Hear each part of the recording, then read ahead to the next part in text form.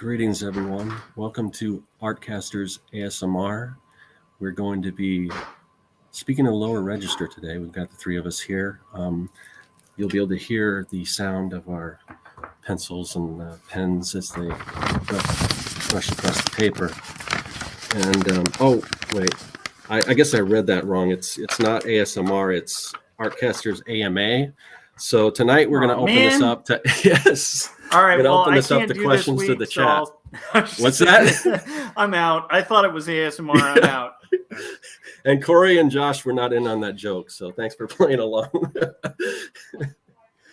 So yeah, tonight we're going to do something a little differently. We are originally it was just going to be Corey said he couldn't make it, but Corey is here, so he's going to join in on the fun. But we are going to just open it up for questions in the chat, and also we kind of put some of these questions out there, or we put out there on a chat that we wanted to get questions. So we've got a whole list of things. So even if we don't get to all the ones we've got tons of them. Basically, is what I'm getting at. So we'll try to go back and forth. If you have questions in the chat, we'll answer those, and also some of the ones that we had already. So I'm just going to start off here. This one is from Jim Lujan, and these don't have to be necessarily art questions. So Jim wants to know, because we were talking about our love of the band Kiss, and I just got back from a Kiss concert. Not just got back, but last week a couple days ago, Sunday, I went to a Kiss concert. So Jim wanted to know, what are several of your top Kiss songs? And he says, yes, this is a real actual question. So, let's see. For me, and I guess this one's just probably directed to me because I'm not sure if Josh or Corey care. Or so yeah, I tend to gravitate to more the earlier stuff. I think in my opinion, I think their first album was probably my favorite, which was just Kiss, entitled Kiss, or Destroyer is a great one. And then even I know it's sort of known as their disco album, but I really like the album Dynasty as well. Is that the one where? Which one's the one where they lost the makeup? No, that wasn't until later. That was that was like Look It Up, where they first took off the makeup. Yeah. So I don't know if that first album. I think maybe Deuce is probably my favorite Kiss song, but I also like Strutter and Cold Gin. Those were all off the first album. Black Diamond also off that album, which is Peter Criss singing most of that on there. So also another Peter Criss song, Hard Luck Woman, is a good one. Let's see, off of Dynasty, I Was Made for Loving You. I think that was a good one. What else? Calling Dr. Love and Come On and Love Me. Let's see, what else? I mean, there's a lot, and at first I was like, oh, that's kind of hard, but in actuality, and I think most Kiss fans will probably tell you this, that a lot of their stuff isn't that great. But there are good Kiss songs out there, but you kind of have to. There's a lot of filler and a lot of songs that are like, what, and like songs that with lyrics that are just so like, you actually wrote that down and recorded it. But anyway, so yeah, and as far as I think Jim mentioned that his favorite members, were Peter Criss and Ace Frehley. Or Fraley, I used to call him Frehley, so that's. But that probably goes for me too. So as far as like Ace Frehley songs, like Shock Me is one of my favorites, and probably New York Groove. So yeah, so that was, I guess, directed to me. I know most people didn't tune in for that, but anyway, so I'll get that one out of the way. I've got yes. Two though. You do? Okay. Fat Bottom Girls. Okay. And mainly because back in a previous life when I was marketing. Okay, wait. Now that's a joke. That's a joke, that's Queen, right? That's Queen. Yeah. That's what I'm saying. Okay. All right. Yeah. Okay. All right. Go. I'm just kidding. Well, I figured you said that as a joke, but it seemed like you kept going, like you actually thought it was. No, I don't know if I could name a single Kiss song, to be perfect. Yeah, that's why I didn't want to spend too much time on that question, because a lot of people probably couldn't either.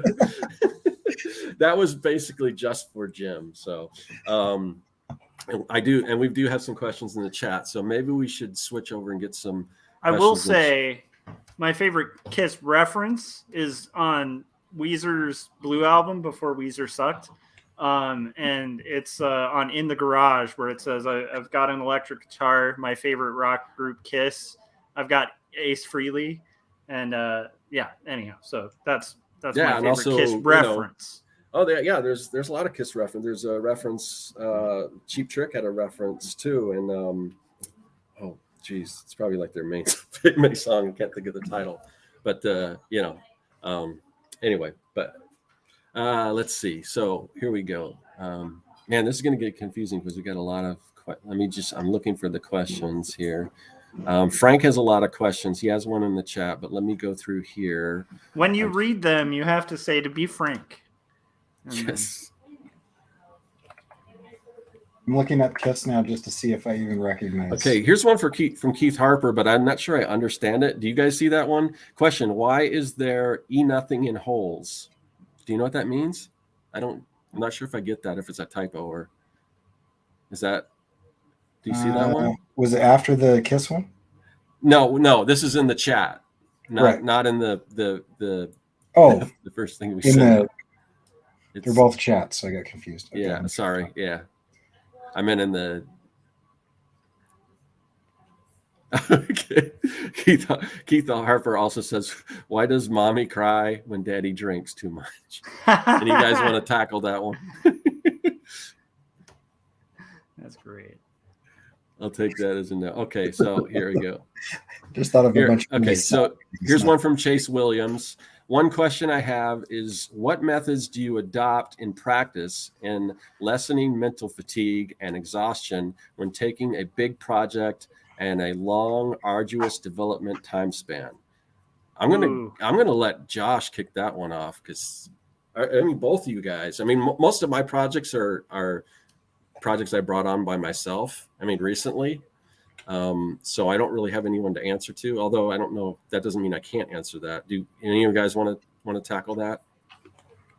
I guess I can tee it off. It's like, hey Josh, can you turn your mic up, or you're a little low at least? Can you hear me now? Is that better? Yeah, that's all right. Yeah. Hold on. Let me see. Maybe there's a setting on my mic.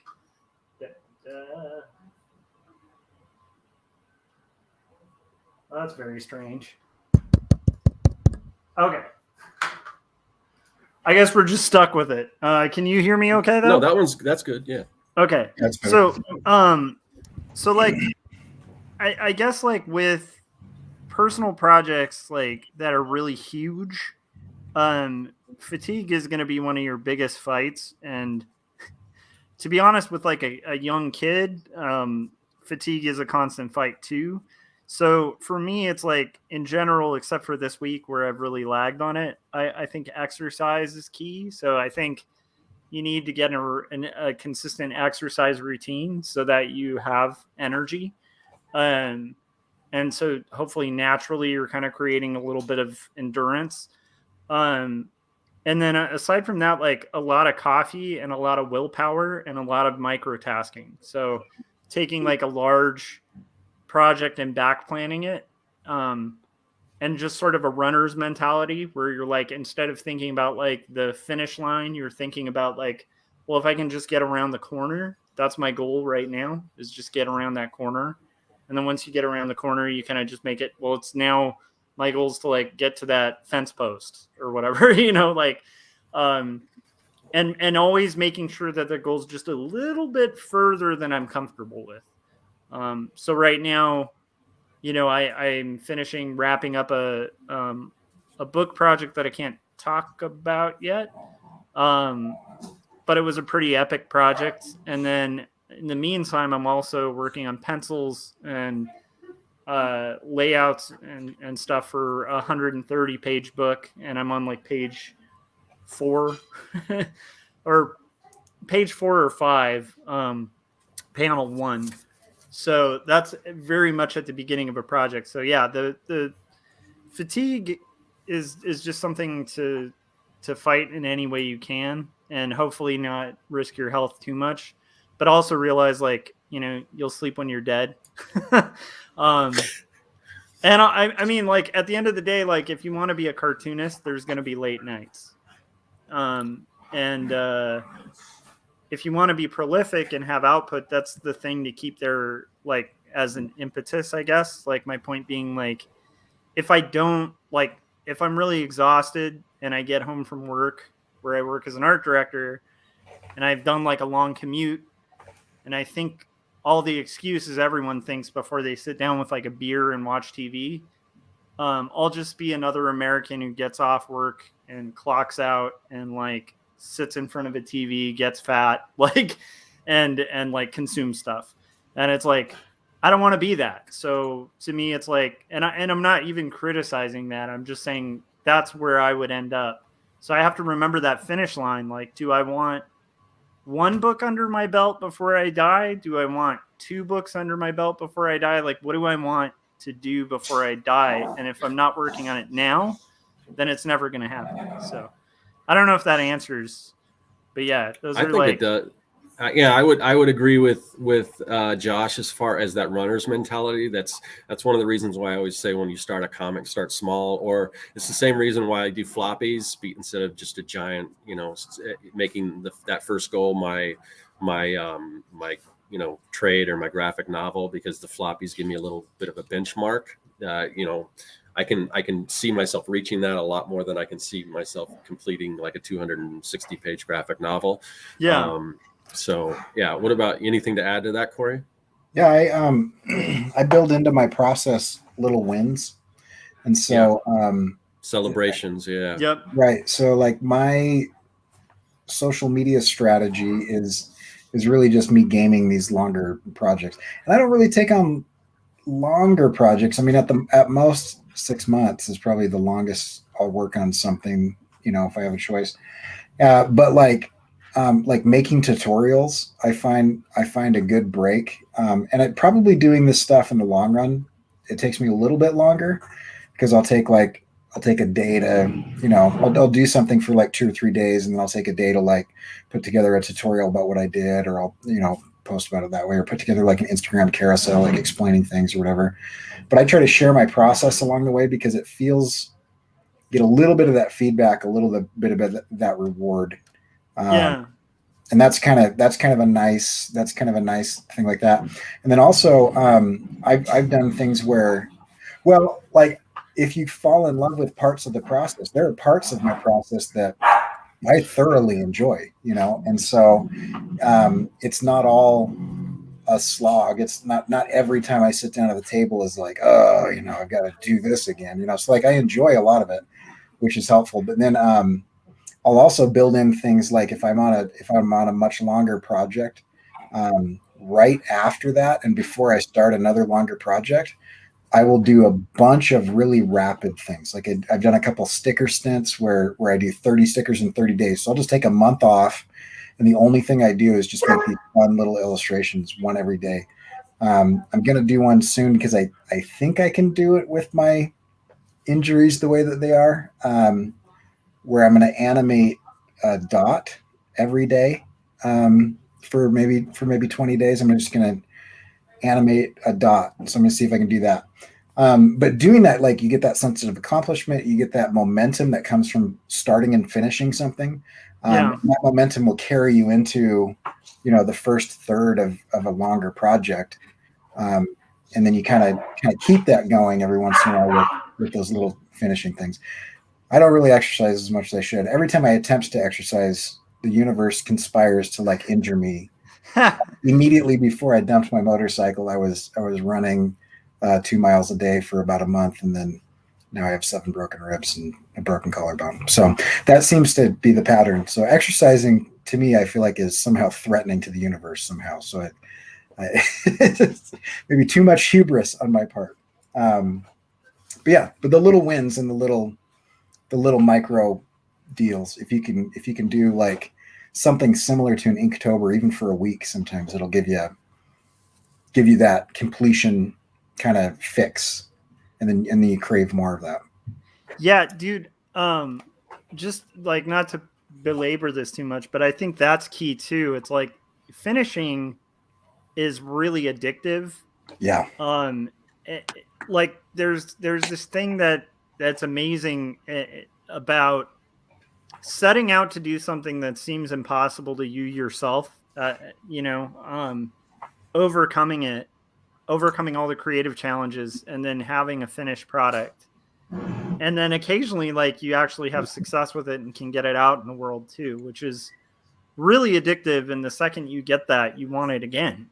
Yeah. And so that's another tip I'd say, is like, get addicted to finishing, because that will overcome fatigue.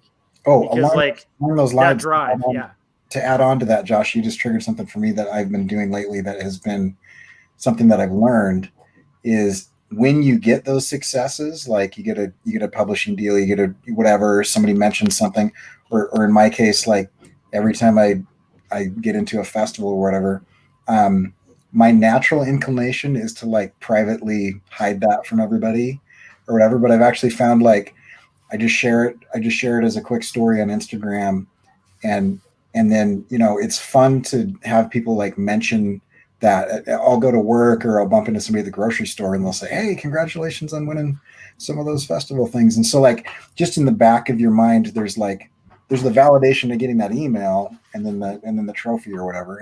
But then there's also like that social validation, just making your circle of friends aware that some of your stuff is succeeding. People talk to you about it, and it's cool. Yeah, that's so true. Yeah.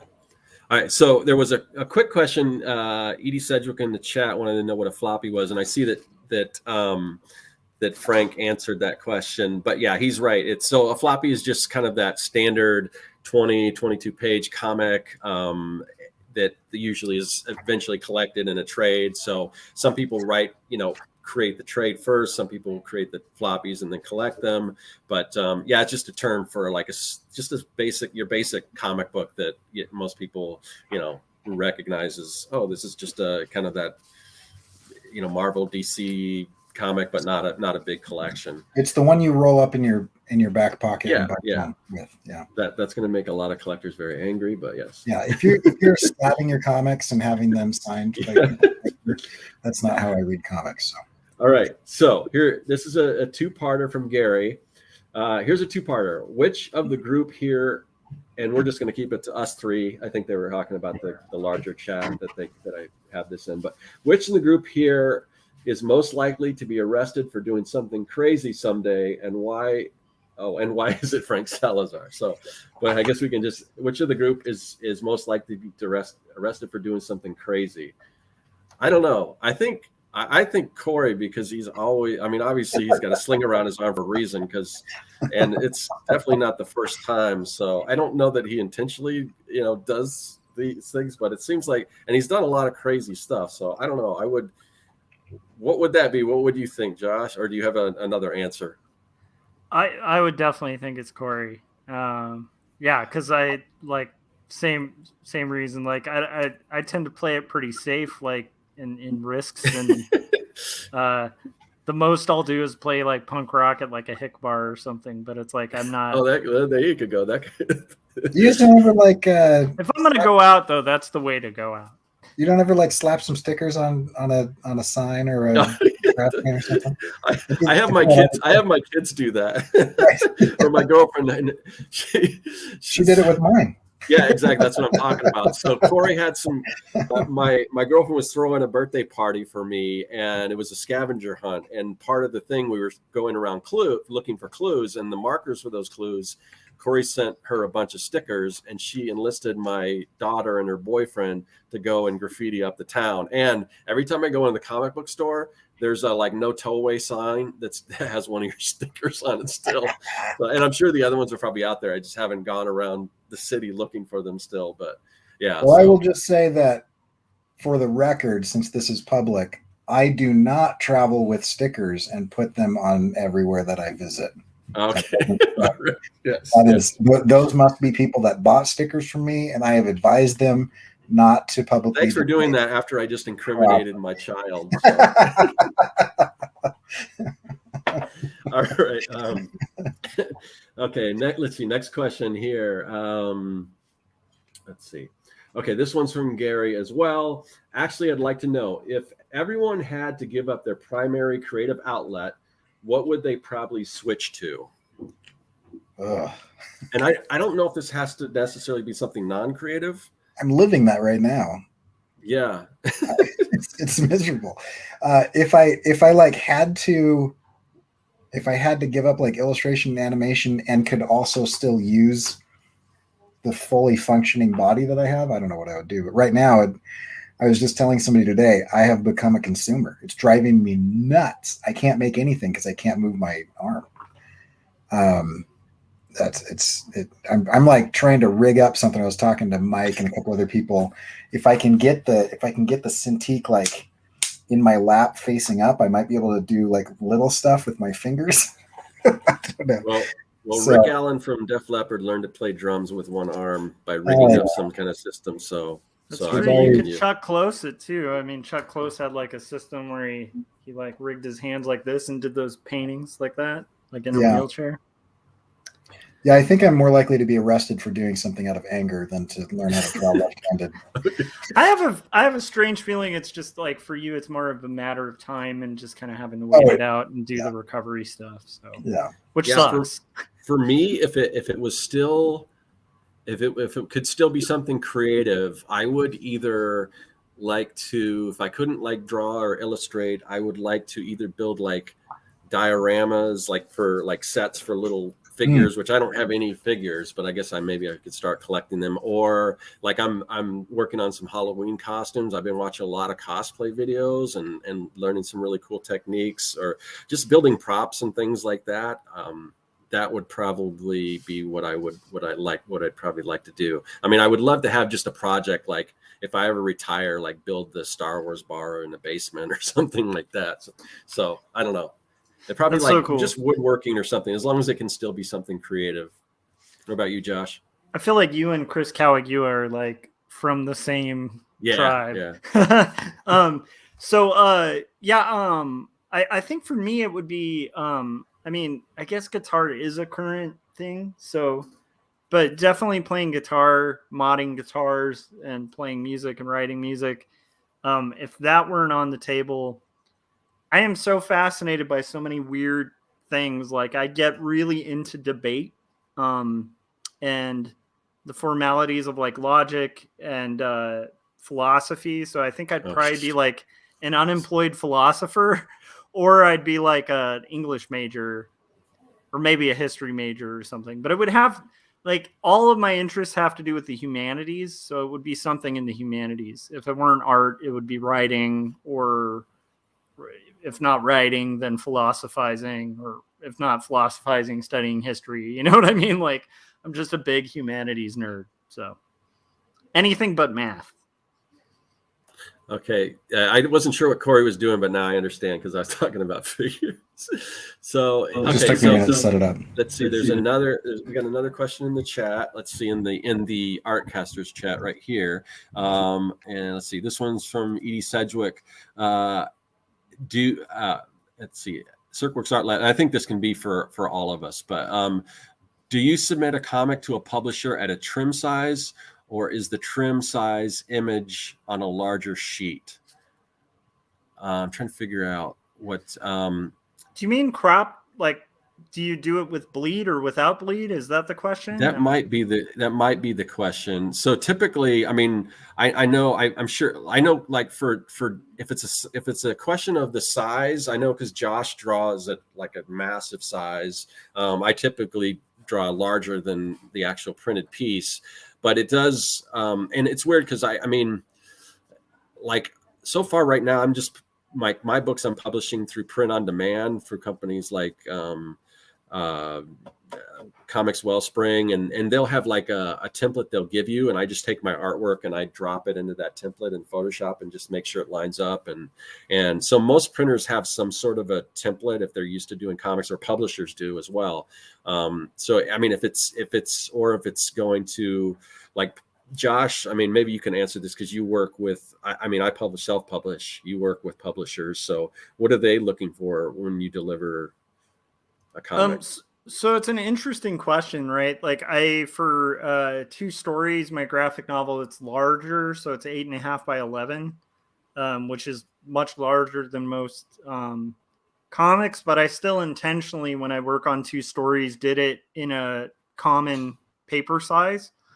So one thing I would recommend, and then the thing that the project that shall not be named was closer to like a 6:9 ratio, which again is like a common sheet size for a book. If not, you just want to do that standard comic size. And if you're asking about whether you submit it like at the large scale you work at, no. Like you want to submit a decent resolution copy of it.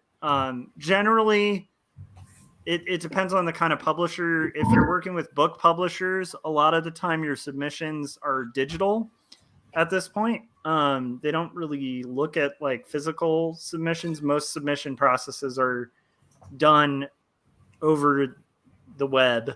I think some comic publishers still want like printed out copies, but obviously you'd probably want to get it as close to the actual size of the comic. Your whole goal when you're submitting is to show them that you can make print ready artwork for the size you're making it in. But the catch is with publishing, you can work in multiple sizes. Just realize the amount of color you're choosing, the size that you're choosing, all of that adds cost. And when you're pitching to a publisher, you want it to be an easy deal for them to close. So you want to think, I don't know. I honestly think there's advantages to thinking about like saving the publisher money, because again, if you have a book that's like beautiful, but it's at like this weird irregular size, it's going to cost the publisher like 20 times more to print the books because it can't be cut to a sheet. Like they're going to be pissed off, you know? It also makes sense to think about that too. And this is a little off the question, but when you're, if you're going to be publishing online, sometimes things work better vertically. If there's a way that you can think about that all up front, or if you are just planning on publishing on the web, you still want to do it print ready, because who knows? I mean, you're probably going to want to do print eventually, or somebody may come to you wanting to do print. She did specify she meant bleed size. So yeah, you definitely want that bleed size, because they do have to, they have to know that they have to know where to crop it out. And if you don't have that, if you haven't allocated for that bleed, then I would always plan your artwork to have margins and bleed from the start, because there's nothing more annoying than having to go back and try to fix it after the fact. Unless you keep everything in the panels. I mean, if you keep everything in the panels, you don't need bleed, but And then a pretty standard bleed is 0.125 inches. Mm-hmm. Eighth of an inch. And I would go to each printer, and each publisher is going to have just a slightly different whatever they want, right? Mm-hmm. And so there's nothing wrong with every printer I've ever printed with. I would ask them, how do you want this file, right? And they'll say, oh, let me walk you through it, or let me put you in touch with our guy, or we've got a little one page that we'll send you, or just give it to me raw and I'll take care of it. Everybody has a different thing, but it's typically a high quality print PDF with trim, crop, and bleed marks. So you've got kind of all those deals that are kind of in there. That's a typical standard that will work in most situations. Yeah, and I would outline your fonts before you do that and all that type of stuff. And Scott has it dead on in the sense of like when you're working with a publisher, they will have their own printers, and quite often that might be information they get later in the process after you get your deal. Depending, if it's like image, I think they still just mostly print through Laban font, I'm pretty sure. Or I guess I forget what it's called now. Is it like Cubicore now instead of Laban font? At some point they changed from one name to the other. I can't remember. I think it's Cubicore now. But anyhow, so if you're working with like Marvel, DC, they're most likely going through Cubicore too, or Laban font, whichever thing they're calling it now. But if you're going like to the book market, it depends. And still, publishers are going to source through different printers for different projects and different books. So again, like if you can stick to that general rule that Corey was talking about, the eighth of an inch Generally, like another standard too is like a standard safe area for like where you want to keep your text restrained to is about 1/4 of an inch from the edge.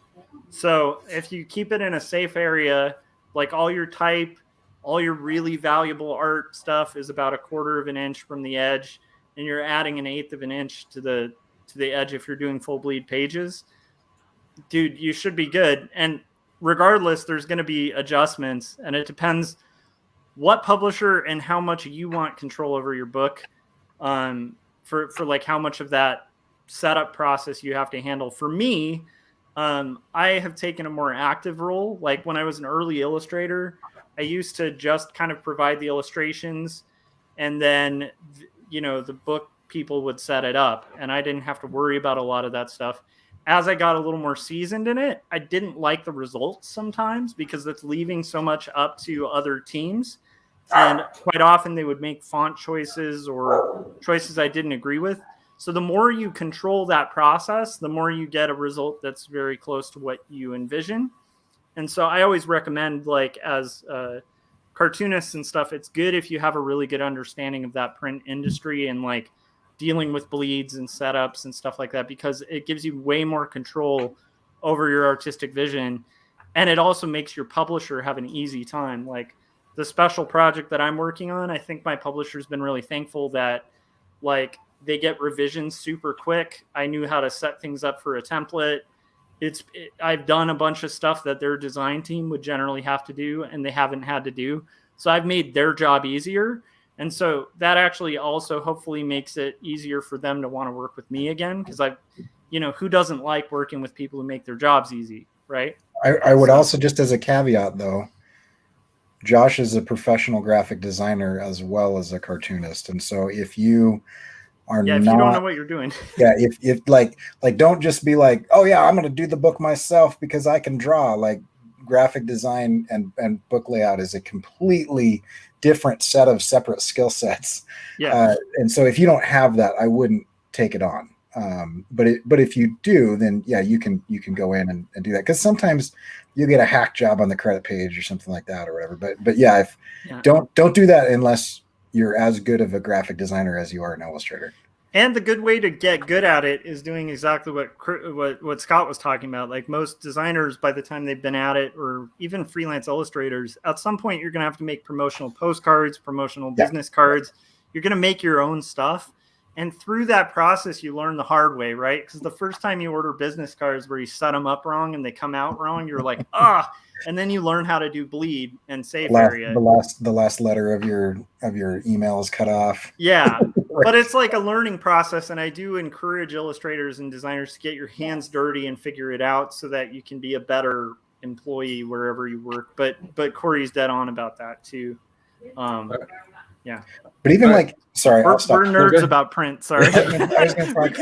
No, we got a ton of questions though. We can always do a two-parter, I know, but we might want to try to keep it a little more concise. But I mean, obviously this is good information. I don't want to shortchange anyone because this is all good stuff. But did you have something real quick you wanted to add to that, Corey? I was just going to say, like typically speaking, people will work in RGB and then convert to CMYK, but there are actually quite a few people that would prefer you give it to them in RGB so that they can convert it to CMYK.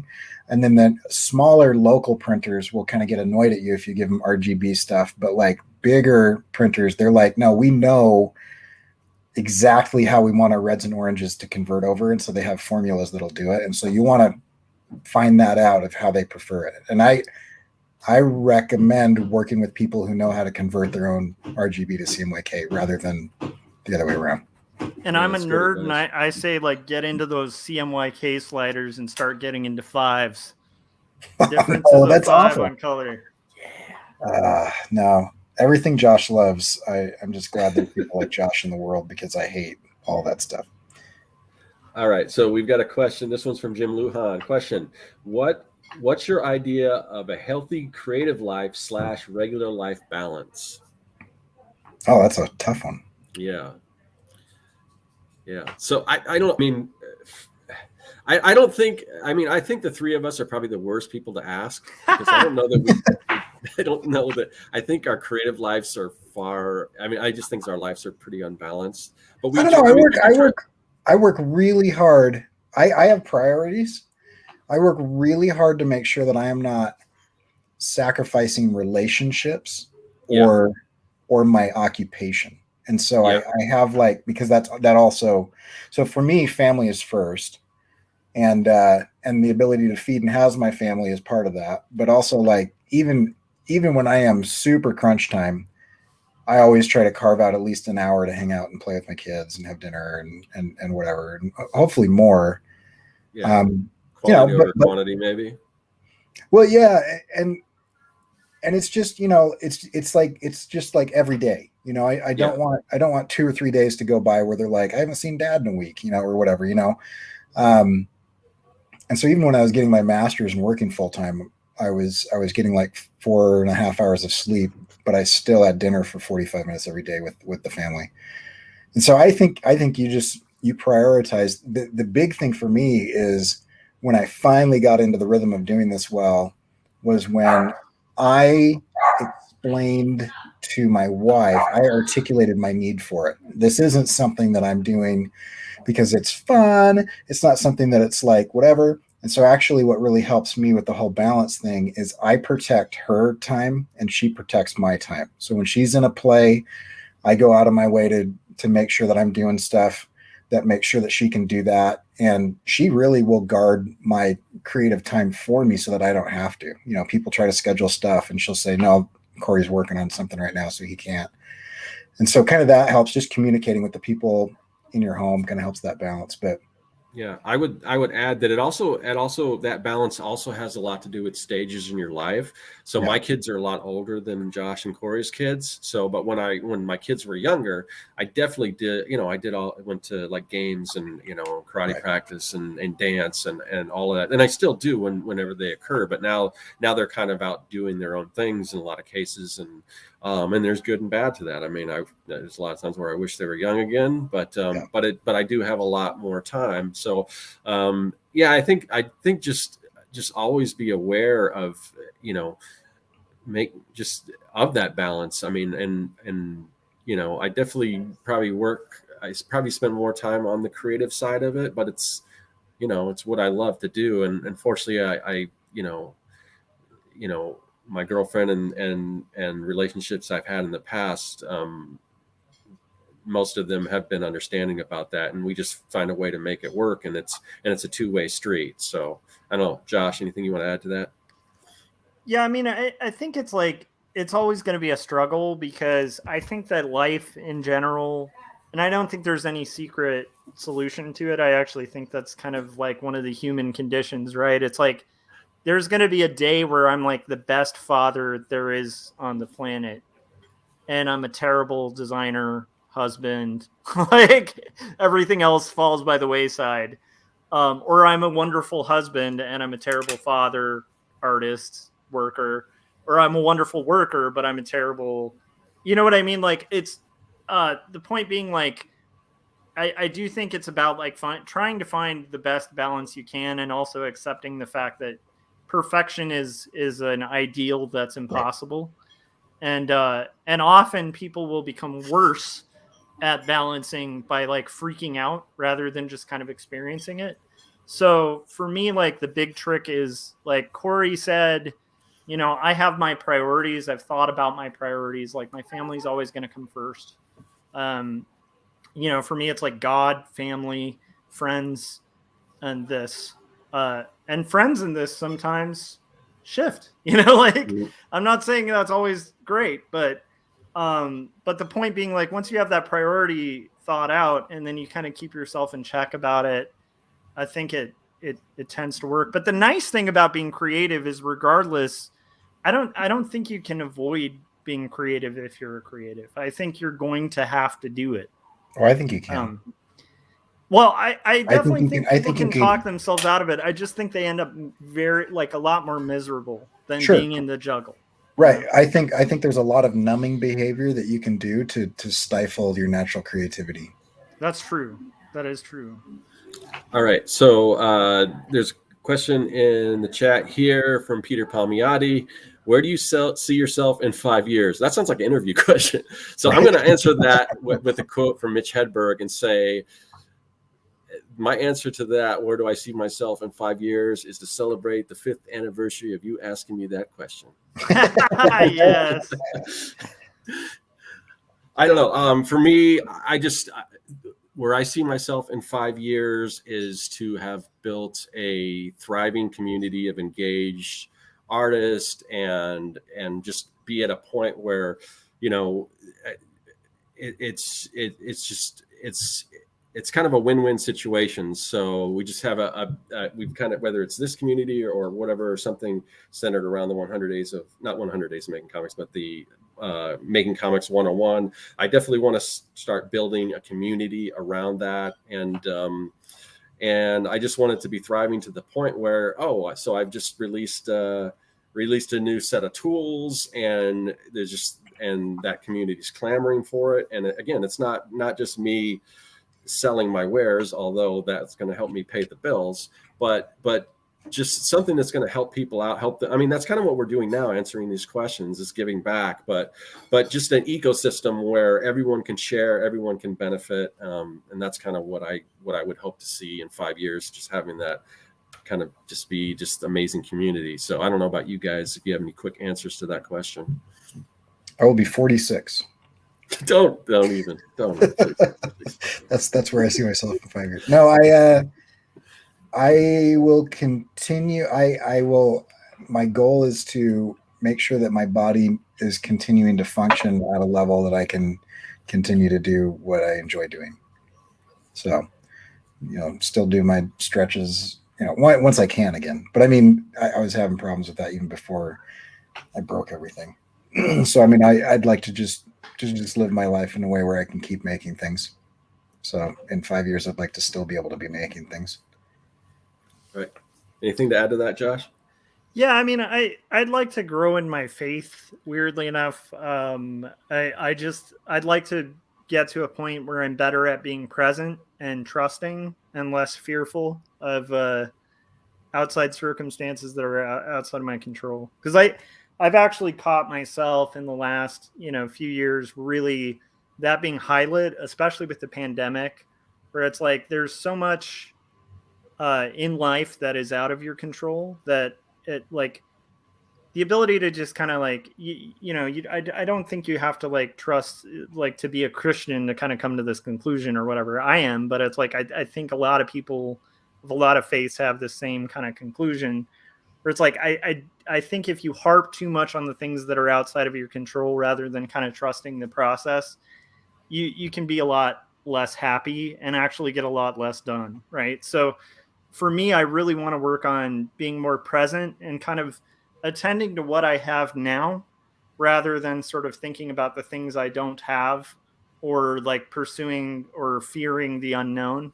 I think embracing the opportunities I have right in front of me. Like right now, I have a page that I need to pencil, and that's an opportunity, and it's for a publisher, and that's an opportunity. And so I want to get better at that. And then I also, in 5 years, I imagine having at least 2 more graphic novels easily done. So that's my goal. Josh, you kind of said the magic words about being present and everything. That's a big part of transformational leadership, and the program that I went through, it's non-secular, but it definitely can go along with your faith. I mean, there's a lot of people of different faiths that also do that. So, I mean, if you're curious, I can steer you in that direction, but that's kind of what it's all about. It's all about coming from a place of being and being present and everything. So, but anyway, so let's go on to the next question here. This one's from Gary Hodges. How do you feel your creative energy tanks? And I guess that means, we probably mislabeled that as consuming, but I think what Gary's talking about, if I'm correct, have you heard him talk about this before? About, you can't just constantly be putting out creativity. You have to bring stuff in to kind of refill that. And so yeah, some of that is, through, media or whatever, but just keeping that healthy balance of that. Go ahead, Corey. I reverse engineer work that's better than mine. So Okay. instead of just consuming, like I will sit down and I'll watch You went. things. Is it me or hold on? Did you go? Am I Okay, I freezing? couldn't hear you for a second. I don't know if that was me. Could you guys hear? Oh, I'm hearing Corey. Okay. Okay, okay. sorry. Something. So I'll sit down and watch something that I enjoy sometimes, but then other times I will watch something and I will pause it and then advance it frame by frame to like reverse engineer how they did that.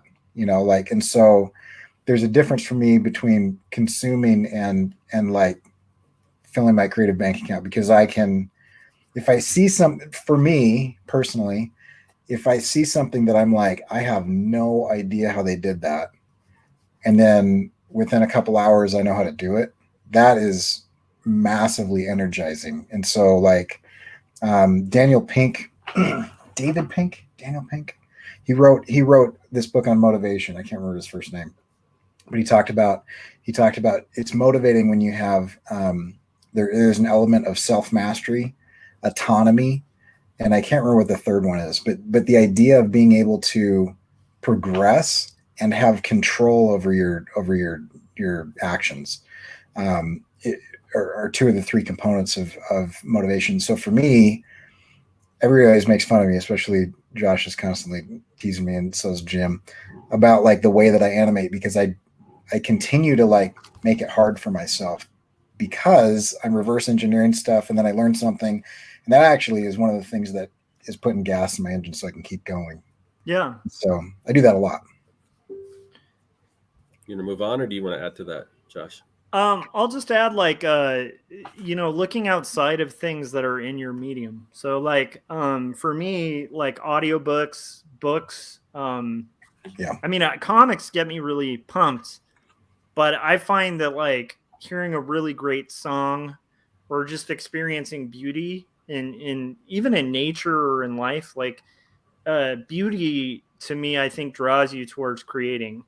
It's like there's this weird thing, I think most artists have it, where it's like, even when I was a kid, if I saw something really beautiful in a movie, and it doesn't have to be beautiful like lovely, it could be horrifically beautiful, but there's this kind of ache you get when you experience something that's so great.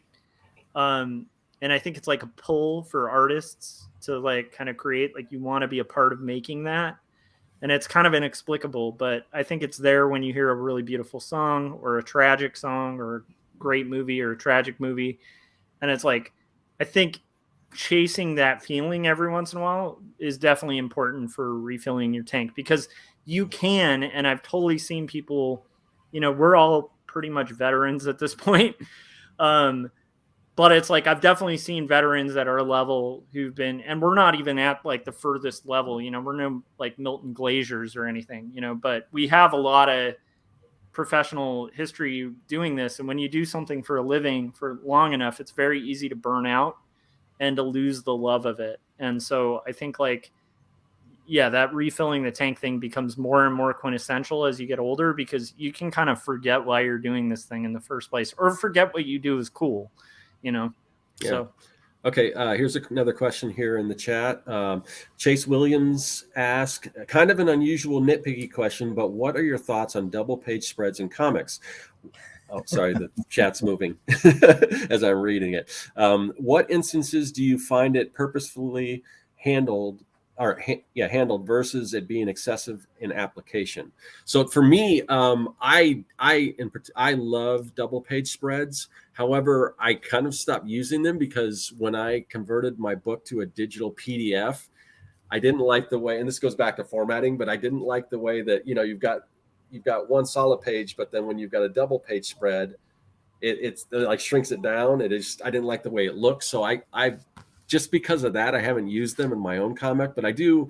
So I don't know if that necessarily answers the question, but I mean, I'm very big into just dynamic panel layouts and everything, but that does create a problem when you're trying to, I mean, if you're going with a simple 9-panel grid, you can rearrange that fairly simply. And that was kind of the way newspapers were back in the day. Like if you would, depending on the way the newspaper would lay it out, they put two two over two, two panels on top of the other two below, or lay them out lengthwise or whatever. So, but that's kind of why they could do that. But then, people like, Bill Watterson came in and he's like, no, we're going to go back to the old ways of like Winsor McKay and do all these crazy layouts. And he could get away with it because he was Bill Watterson. So, I think there's pluses to having really dynamic, large scale, whether it's double page spreads or splash pages and everything like that.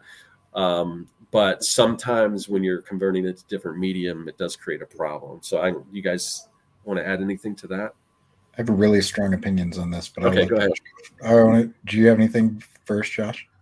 Well, I'll just say, like, so my wife's a kids book illustrator, and like we both went to the same school for like sequential imagery, and like we literally, like, it's hilarious because I remember going for like a psychological evaluation, and they were like, you may never have seen this book, and it's like a children's book, and I was like, oh yeah, that's Weisner, that's the Tuesday or whatever, like, but it's a classic. And they're like, what? Like, it's a kid's book, but it's like one of the most brilliantly illustrated children's books ever done. If you're doing books right, you everything's in service to the story. So there's stories, like 2 stories. I don't utilize spreads at all. There's a top secret project that I can't mention that has like 3 or 4 page spreads, and there's particularly for story impact and story moments. So there's very poignant moments within that story where it made sense to highlight something. I think you can totally overuse it and be lazy as an illustrator and use a spread to do half the drawings. And that's not why you should do spreads. So do spreads because it's right for the story, or because you're going to put 20 times the work into that spread than you would on like 2 single pages. Yeah, that's my thought. Corey? Sorry. Yeah, my main thing is I mostly hate it. And I mostly hate it because probably 80% of the time it's not done well enough to it disrupts you in the reader. Like, as a reader, if I'm reading something and the layout becomes obvious, then I've been taken out of the story, and I want to enjoy the story. It's so hard to do well. It's kind of like if I'm teaching beginning graphic design, I'm teaching like 100 level to graphic design, I just tell everybody, just listen, right now, don't center align things. Okay. You don't know how to do it well. Right. And everybody leaves that class and they're like, oh, I should never center align things. That's not what I said. I'm saying at a 100 level, you shouldn't center align text. Right. But once you get good enough to understand like figure ground concepts and like things bulging outwards, rather than the cutting inward, and a good rag edge and those types of things that make a block of center align text work well, then I think you should do it. And so I actually think a double page spread, because the expectation is to read 2 single pages next to each other, you have to subvert that expectation in a way that doesn't disrupt the reader. And if you don't do that, then you've taken them out of the story and it breaks the magic. And I think it's not worth it. Most of the comics where I read a double page spread, it actually pisses me off that they did it because they don't do it well. Yeah, good point. All right. So another question, Charles Tofield.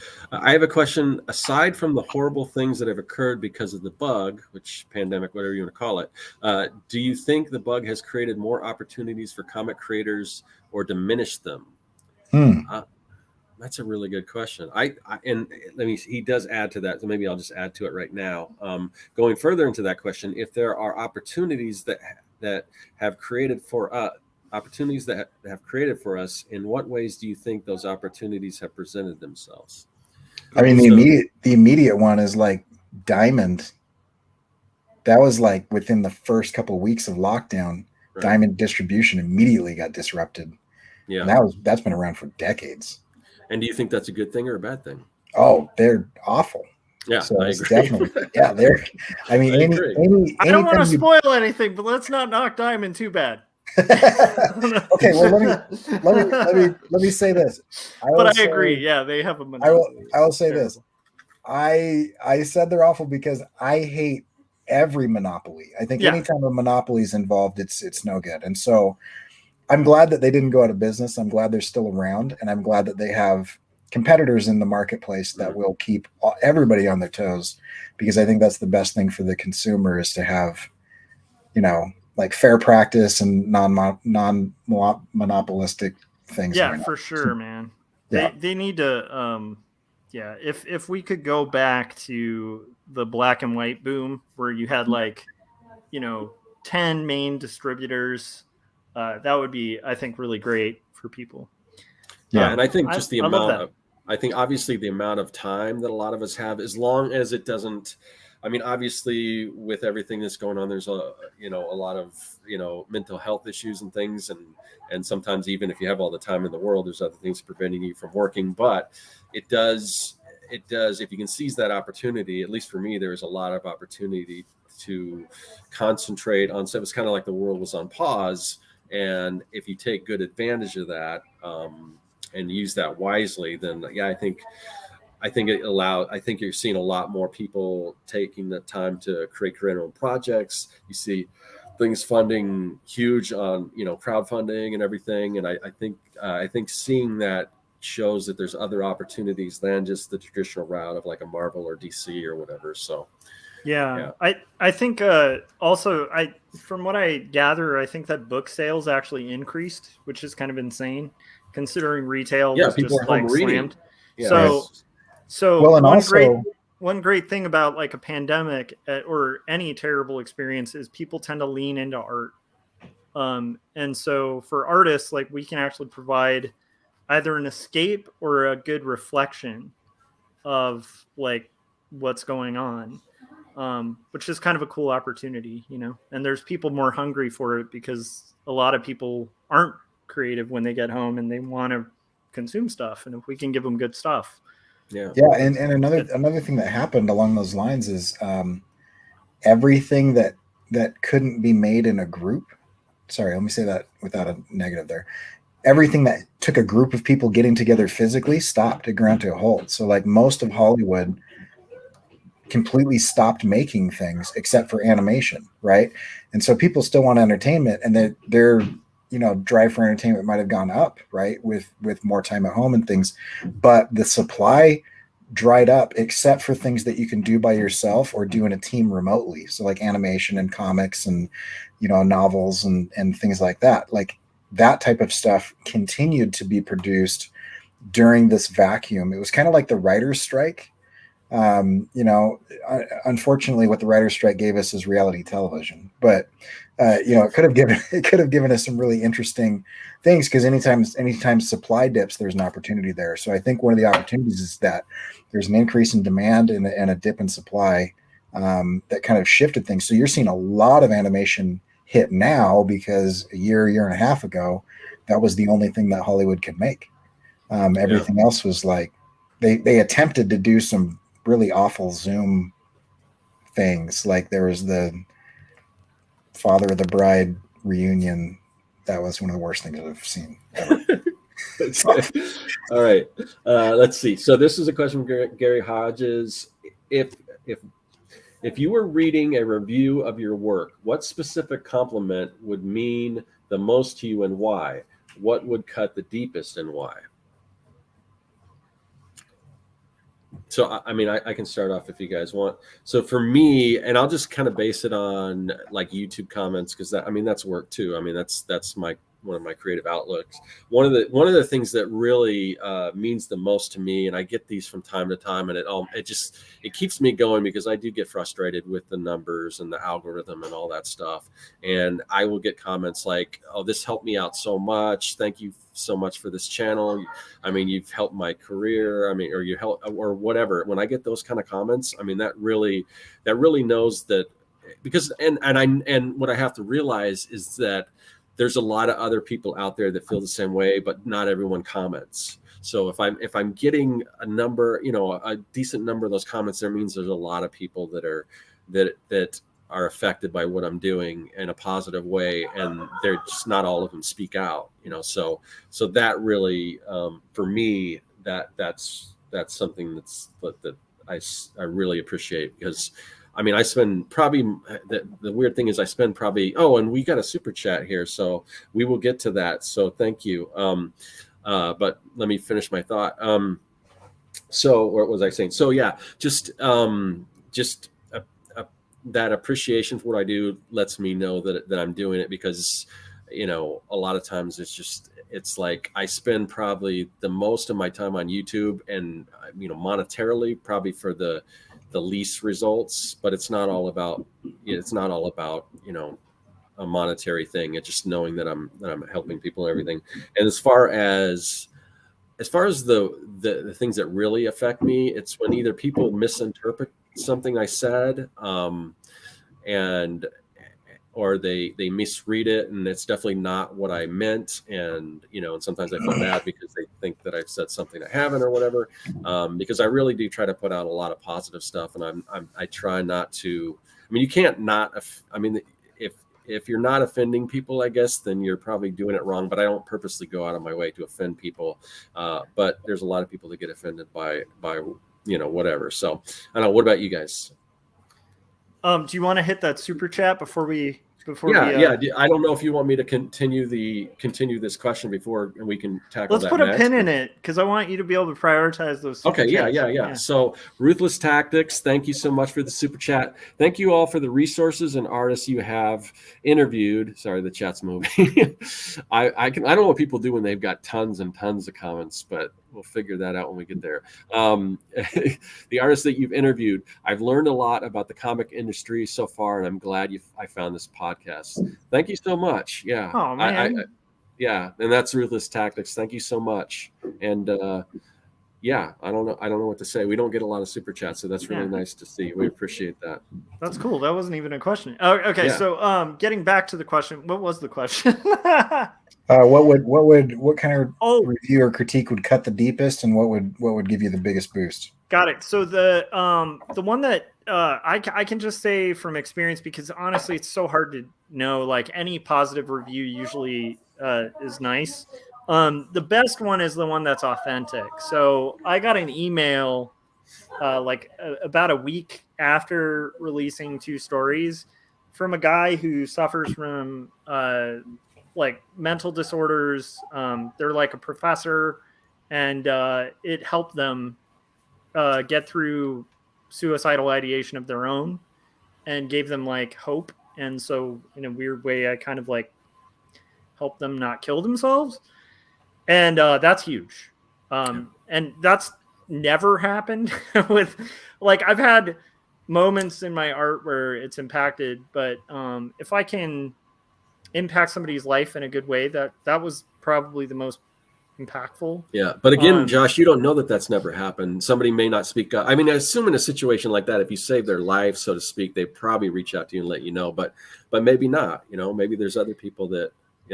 Yeah, and I don't think it has to be like, obviously that would be really ridiculous if that were my expectation for my art, because I'm just an artist, right? But if I can help people get through things, especially when I'm working in autobio or talking about like struggles and stuff like that, help people feel less alone, or maybe just think about some deeper things than just sort of the day-to-day. I feel like that's the good thing. The reviews that cut the most actually are truthful reviews. So I'm kind of the opposite of Corey. I'm sorry, not Corey, but Scott, where it's like, whereas like for instance, like on this channel, if I said something political, I know, even though like my work is autobiographical, so that kind of makes sense for what I do. I know that first off, they're going to throw Scott under the bus for my political viewpoints, which is ridiculous, right? And then there's going to be this thing in the chats, which I don't think Scott would like, but I'd be all about it. I'd be like, oh, let's fight. I love this stuff. Like, especially if it's wrong, like if it's stupid, or like a viewpoint is dumb, or just doesn't get my point of view or what I'm trying to accomplish as an artist. And like, that doesn't hurt at all. Like, in fact, I lean into that and I get fuel from it. It's not the best fuel, but it's like, I can go that route and enjoy the hell out of it. What doesn't feel good is when somebody makes a critique that's just dead on about a weakness of mine as an artist. So if they're like, this story skipped this one thing that didn't get, this one thread starts and then doesn't get tied at the end, that's going to hurt, especially if they're right, because you can't fight that. Like, it's like the best insults are the ones that actually hit home. If somebody walked up to me and was like, what are you looking at? baldy or something, I'd be like, well, I'm not really balding, so that's not. But if they were like, dude, you've got messed up teeth, I'd be like, yeah, that kind of hurt. Yeah, I do. Like I don't know if that makes sense, but yeah, that's definitely. Corey. I don't know. I was enjoying your guys' answers so much. That's all right. We don't all have to answer every question. So let me move on to, so here's a question from Frank Salazar. Do you ever worry about attracting obsessive fans? And then he has a follow-up question, which is, why haven't you answered any of my letters? So I will answer that question, Frank. The reason why I haven't answered any of your letters is because I keep them on a shrine in my living room, so I can just admire them. Light candles every morning. Yes. Shrine. Yeah. He's got. I don't know if you know this, but there's like a triptych with Captain Goggles and all your comics and like your address and everything just pasted up there with threads connecting them all. I don't know if you've been to Scott's place. I don't worry about that because I don't think I have the audience to where that would be an issue. I mean, I do normal things like you try to protect my physical address and I keep my kids kind of on the sidelines and things as far as public stuff. But I will say, like, back when we were doing Big Illustration Party Time, we had one or two listeners that were a little off, and like off to the point of like somewhat stalking. Mm-hmm. And I don't mean like even following like, online, but like, receiving letters and that weren't requested or spoken of, just showing up at places. That was a little weird, but it was pretty mild, and in general the police are pretty good at dealing with that, so all right. But that was years ago, like a decade ago, so I've never really had to experience that beyond that. All right, let's see what's the next. So we got a question. Gary, favorite Beatle? Mine's Herbie the Love Bug. No, it says correct answer, George. I agree with Gary. That's my answer on that. Yeah, I would probably. I mean, that's a tough one. I would probably go with Paul, just because I also like his stuff with Wings and everything. And but yeah, I mean, I like but that's a tough one. I will give the wrong answer. All right, you gotta tell me you don't like the Beatles because I have a good story. Ringo. Well, it's because I grew up watching the movie Caveman with Shelley Long and Ringo Starr, and like Dennis Quaid, and like my cousins and I would speak the language that they invented in that movie to communicate with each other when other people were around, so that nobody knew what we were talking about. That's how much that movie was on often. Yeah, I remember watching that, and I felt so bad for Ringo because I'm like, oh, poor Ringo's, nobody's going to pick him, but you picked out a good reason why. Yeah, no, but they all, I mean, even most of their solo, each one of them had really good solo careers, and but if I had to pick one, I'd probably pick Paul. I don't know about you, Josh. Oh, I agree with Gary 100%. Yeah. I think I can see why. George was like the songwriting, like hidden songwriting gem. Right. Yes, I will say it's a hard call though, because like the punk rock side of me also really likes Lennon. Like, it's hard to say, like, when you hear Lennon scream in a song, there's not much like more hardcore you can get than that. Like, so, and also kind of cool solo albums later on too. Although I prefer George, but it's a tough one because Paul McCartney's brilliant too. Yeah, and their later stuff's great. So I don't know. It's hard to. That's a hard choice. I have a second reason. Okay. I do like Ringo though, and I think he's underrated as a drummer because he played simple beats, but he played perfectly simple beats. Right. So. Yeah. Somebody at one point in time asked, I can't remember who gave this answer, but somebody asked him, "Hey, do you think Ringo is the best drummer, that's working today?" And they said Ringo isn't even the best drummer in the band. So Jim follows up. He says, least favorite Beatle. Correct answer, Adolf. And he says he was definitely the worst drummer. All right, let's see. So good. Yeah, Great comic, by the way. The fifth Jason Beatle. Alexander chimed in and said George Harrison is the only answer. Let's see. Oh, dude, good movie too, Backbeat, which is about the fifth Beatle. Yeah. So, Frank Salazar also asked a question: best Artcasters moments. I don't know. That's a tough one for me. I'd have to go back. I love all the changes and everything, but it was, and who knows? We've got the 300th issue coming up. I definitely like to, I do definitely miss Kevin. Miss Jeff. So, but yeah, I mean, we've had, I don't know if I could say we've had so many different, I think there's another question further down, but we've had so many great, I know this is sort of a cheat, but just as a collective, I mean, we're approaching like 300 episodes, and the fact that I have no intention of quitting, and we've done other shows before that have kind of run their courses and everything, but I don't know, it just keeps evolving, and I just don't, I mean, I love doing this, and I think it's just a collective, and I still enjoy it. I look forward to every week. We rarely miss a week. So that should be a testament to just how much we enjoy doing the show. And it's just everything, really. So. Yeah, I have one that's kind of personal. Go ahead, Josh. Go ahead. Oh, well, I was just going to say the community, I think, makes it hard to decide, because as we go on, we've just built this really awesome, and I don't even think we've built, like, you guys in the chats, like, have built this thing that's like it's like my favorite people. So like, it's kind of cool to have a day a week where I get to hang out with my favorite people, talk to my favorite people, make friends with new people. Like, it's just it's awesome. I can't pick because of that. Like, I feel like I just love our community. Yeah. We got some follow-up questions to some Beatles. Who wrote Yellow Submarine? I know Ringo sang it, so I don't know if he wrote it or not. I'm not sure. I guess it's probably Lennon and McCartney, but I don't know. Yeah, I think they gave him all the weird. They gave him that. They gave him all the nautical songs. Garden. Yeah, it's like, we got another song about water stuff, so let's give it to Ringo.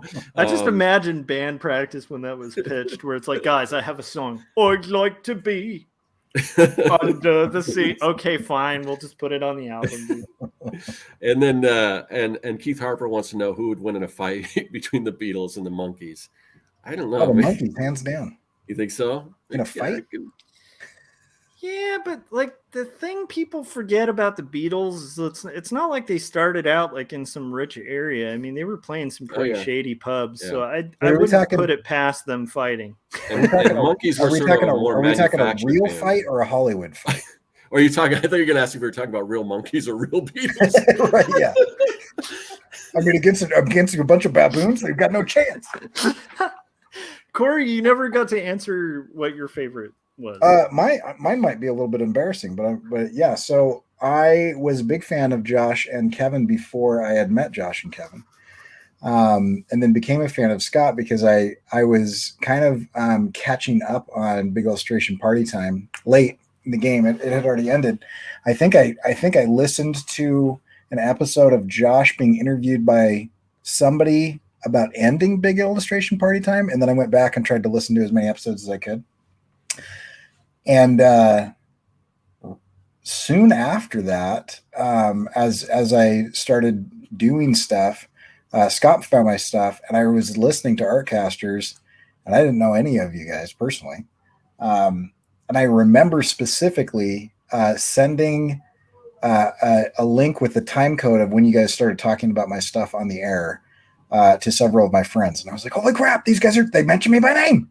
That was my best moment, because it was mind blowing that that the three of you even knew that I existed. And I remember Kevin just making an offhanded comment and just saying, oh yeah, that dude's doing cool stuff. I'm like, holy crap, Kevin Cross, I've said I'm doing cool stuff. This is amazing. I was like, it was pretty cool. That was a highlight, I think, for me. So before I was on the show, I think that's the thing. Yeah, so that'll lead into this question, and I kind of skipped down because it's apropos to what we're talking about right now. But Gary Hodges wants to know, how did everyone meet? So if we can do this pretty quickly. So I think I was definitely, as far as, I don't know if we want to go back to the original lineup and do all that.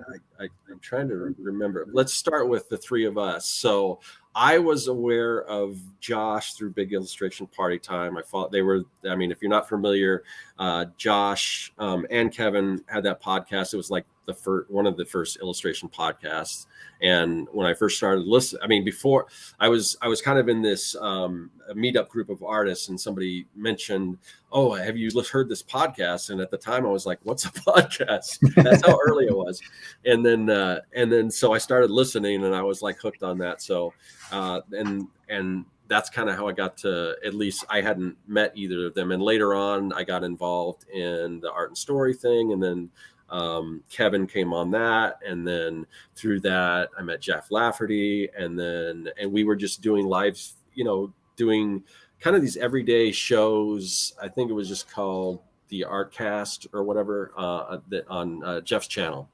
And then Jeff wanted to just spin that off and just refocus a little more with just three people. So him and Kevin, and they invited me on, and that was kind of the same sort of this, I think the same situation like what Corey's talking about. I just kind of felt honored that about all the people in the community that they want to bring me into that. And then eventually, Jeff decided to kind of bow out, and then Kevin bowed out. But before Kevin bowed out, that's when he was kind of commuting to doing some work with Josh over in California. And because he was down there, we just had Josh on as kind of a guest because they were in the same place. And then eventually I don't know, were you officially, you must have been officially a fourth member before Kevin left, right, Josh? Yeah, for sure. Yeah. Yeah. So Josh joined up, and then Kevin left. And then even though Corey officially only became an Artcaster like recently, we've done other shows together. And because, I'm trying to remember how I first became aware of Corey, but it was one of those things where it was my 100 days of animation. Yeah, 100 days. Yeah. So he was doing, everyone was doing 100 days of making comics. Corey was doing 100 days of animation. And I just thought that was insane. It's just part of the reason why I like Corey and Josh, because they both are insane with what they do, and the kind of, it's inspiring. But so, and I just kind of got into what Corey was doing, and Corey more as, because he's an educator and because he's just really good at speaking and explaining things. I just really became fascinated with his, and he's just a good person to go on because he's just so, I don't know, just educated, and he just speaks so well on topics like this, is obviously. So, and of course, just recently we finally decided, well, we're not doing Big Illustration Party Time. I'm getting all these shows confused. We're not doing 48-hour art check anymore. So, I mean, I miss talking to Corey on a weekly basis. So we kind of invited, now Corey's official third Artcaster. So. Yeah, we also just kind of realized we have Corey on so often, he might as well be a member, because it's like we just love having him on. Or fifth, I guess I should say fifth Artcaster, because there are two the former alumni. So yeah, let's see. I just chalk that up to being available when people drop out at the last second, because I think more than half the times that I'm on the show, it was like, Corey, our guest dropped out. Can you do it tonight? It starts in 2 hours. I'm like, sure. Yeah. So I have met both of you in person. Yes. Yeah. Yeah. That's kind of rare for people that you. And I have met both of you guys in person too. I actually have met every single one of the Artcasters in person. I've also met Kevin in person, and I've met Jeff in person. So I have yet to meet Jeff, but all right. Let's see. So I do want to say too, I do remember the first time I met Scott, because the other stuff all lines up. Like my first time meeting Corey was like pretty much the same as Scott. And then we just clicked and used to message each other like for way too many hours because we enjoy talking to each other. Well, and we would do the show, and then the show would end, and then we would keep talking for like 2 hours. Yeah. So we're just kind of buddies now. And same with Scott. It's but Scott, I do remember the first time, it was like way early on with BIPT. I think he sent us his website, and this was like back when I think his branding was. I think it was Workman. episode 50. Yeah, and I remember from that point on, I was very familiar with Scott because he was part in and out of like the same communities. Javier Hernandez, like a lot of these guys that we know now that we've even had on as guests, like Jim, all of these guys were kind of floating around the same communities. And so, but I had a similar thing with when Kevin was like, yeah, you want to come on Artcasters and be a guest? I was like, I don't have a YouTube presence. I don't really, like have as much of like internet clout as they used to. Why would they want me on? And it was fun. And then I got a lot of work done. And so when Jeff and Scott were like, hey, you want to keep coming on? I was like, sure. And it was a similar thing where it's like, we became friends from that. And I think that's really cool. I do miss Jeff though. Like Jeff was awesome. And Kevin, of course. Yeah. And originally the format, we didn't have guests originally. When it just became Josh and I, it was like, we always liked that interaction of having 3 people for the most part. So that's when we started to bring guests on and everything. So, so let's see. Okay. Here's a question from Gary Hodges. In your personal opinions, what do you think are the 2 most valuable skills or qualities are for a creative? So I'll start that off. For me, I think meeting deadlines and just being personable, being somebody people want to work with.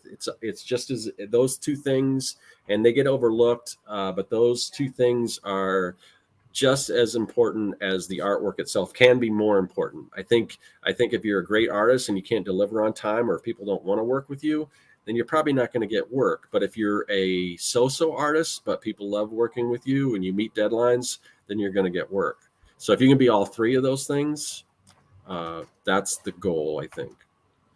What about you guys? I would agree, but I would also back up a little bit and say, I think there's a lot of people that never get into the game because they don't learn how to have creative play.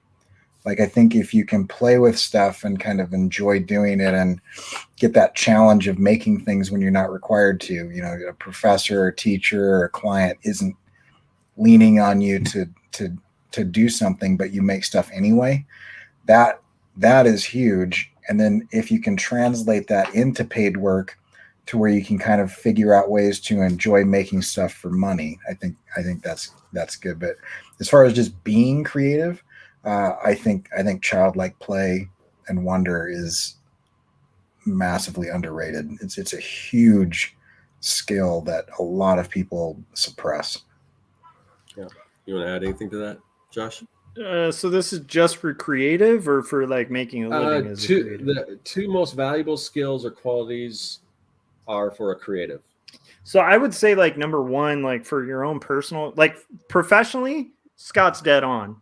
Hit deadlines, be cool to work with. Like, Don't be a dick. Yep, is another good way to say it. That's a good rule of thumb in general, professionally, when you're working with anyone. I would say for personal creative work, it's stubbornness and a refusal to give up. And that would be like 1. And then number 2 would be a desire to improve and learn.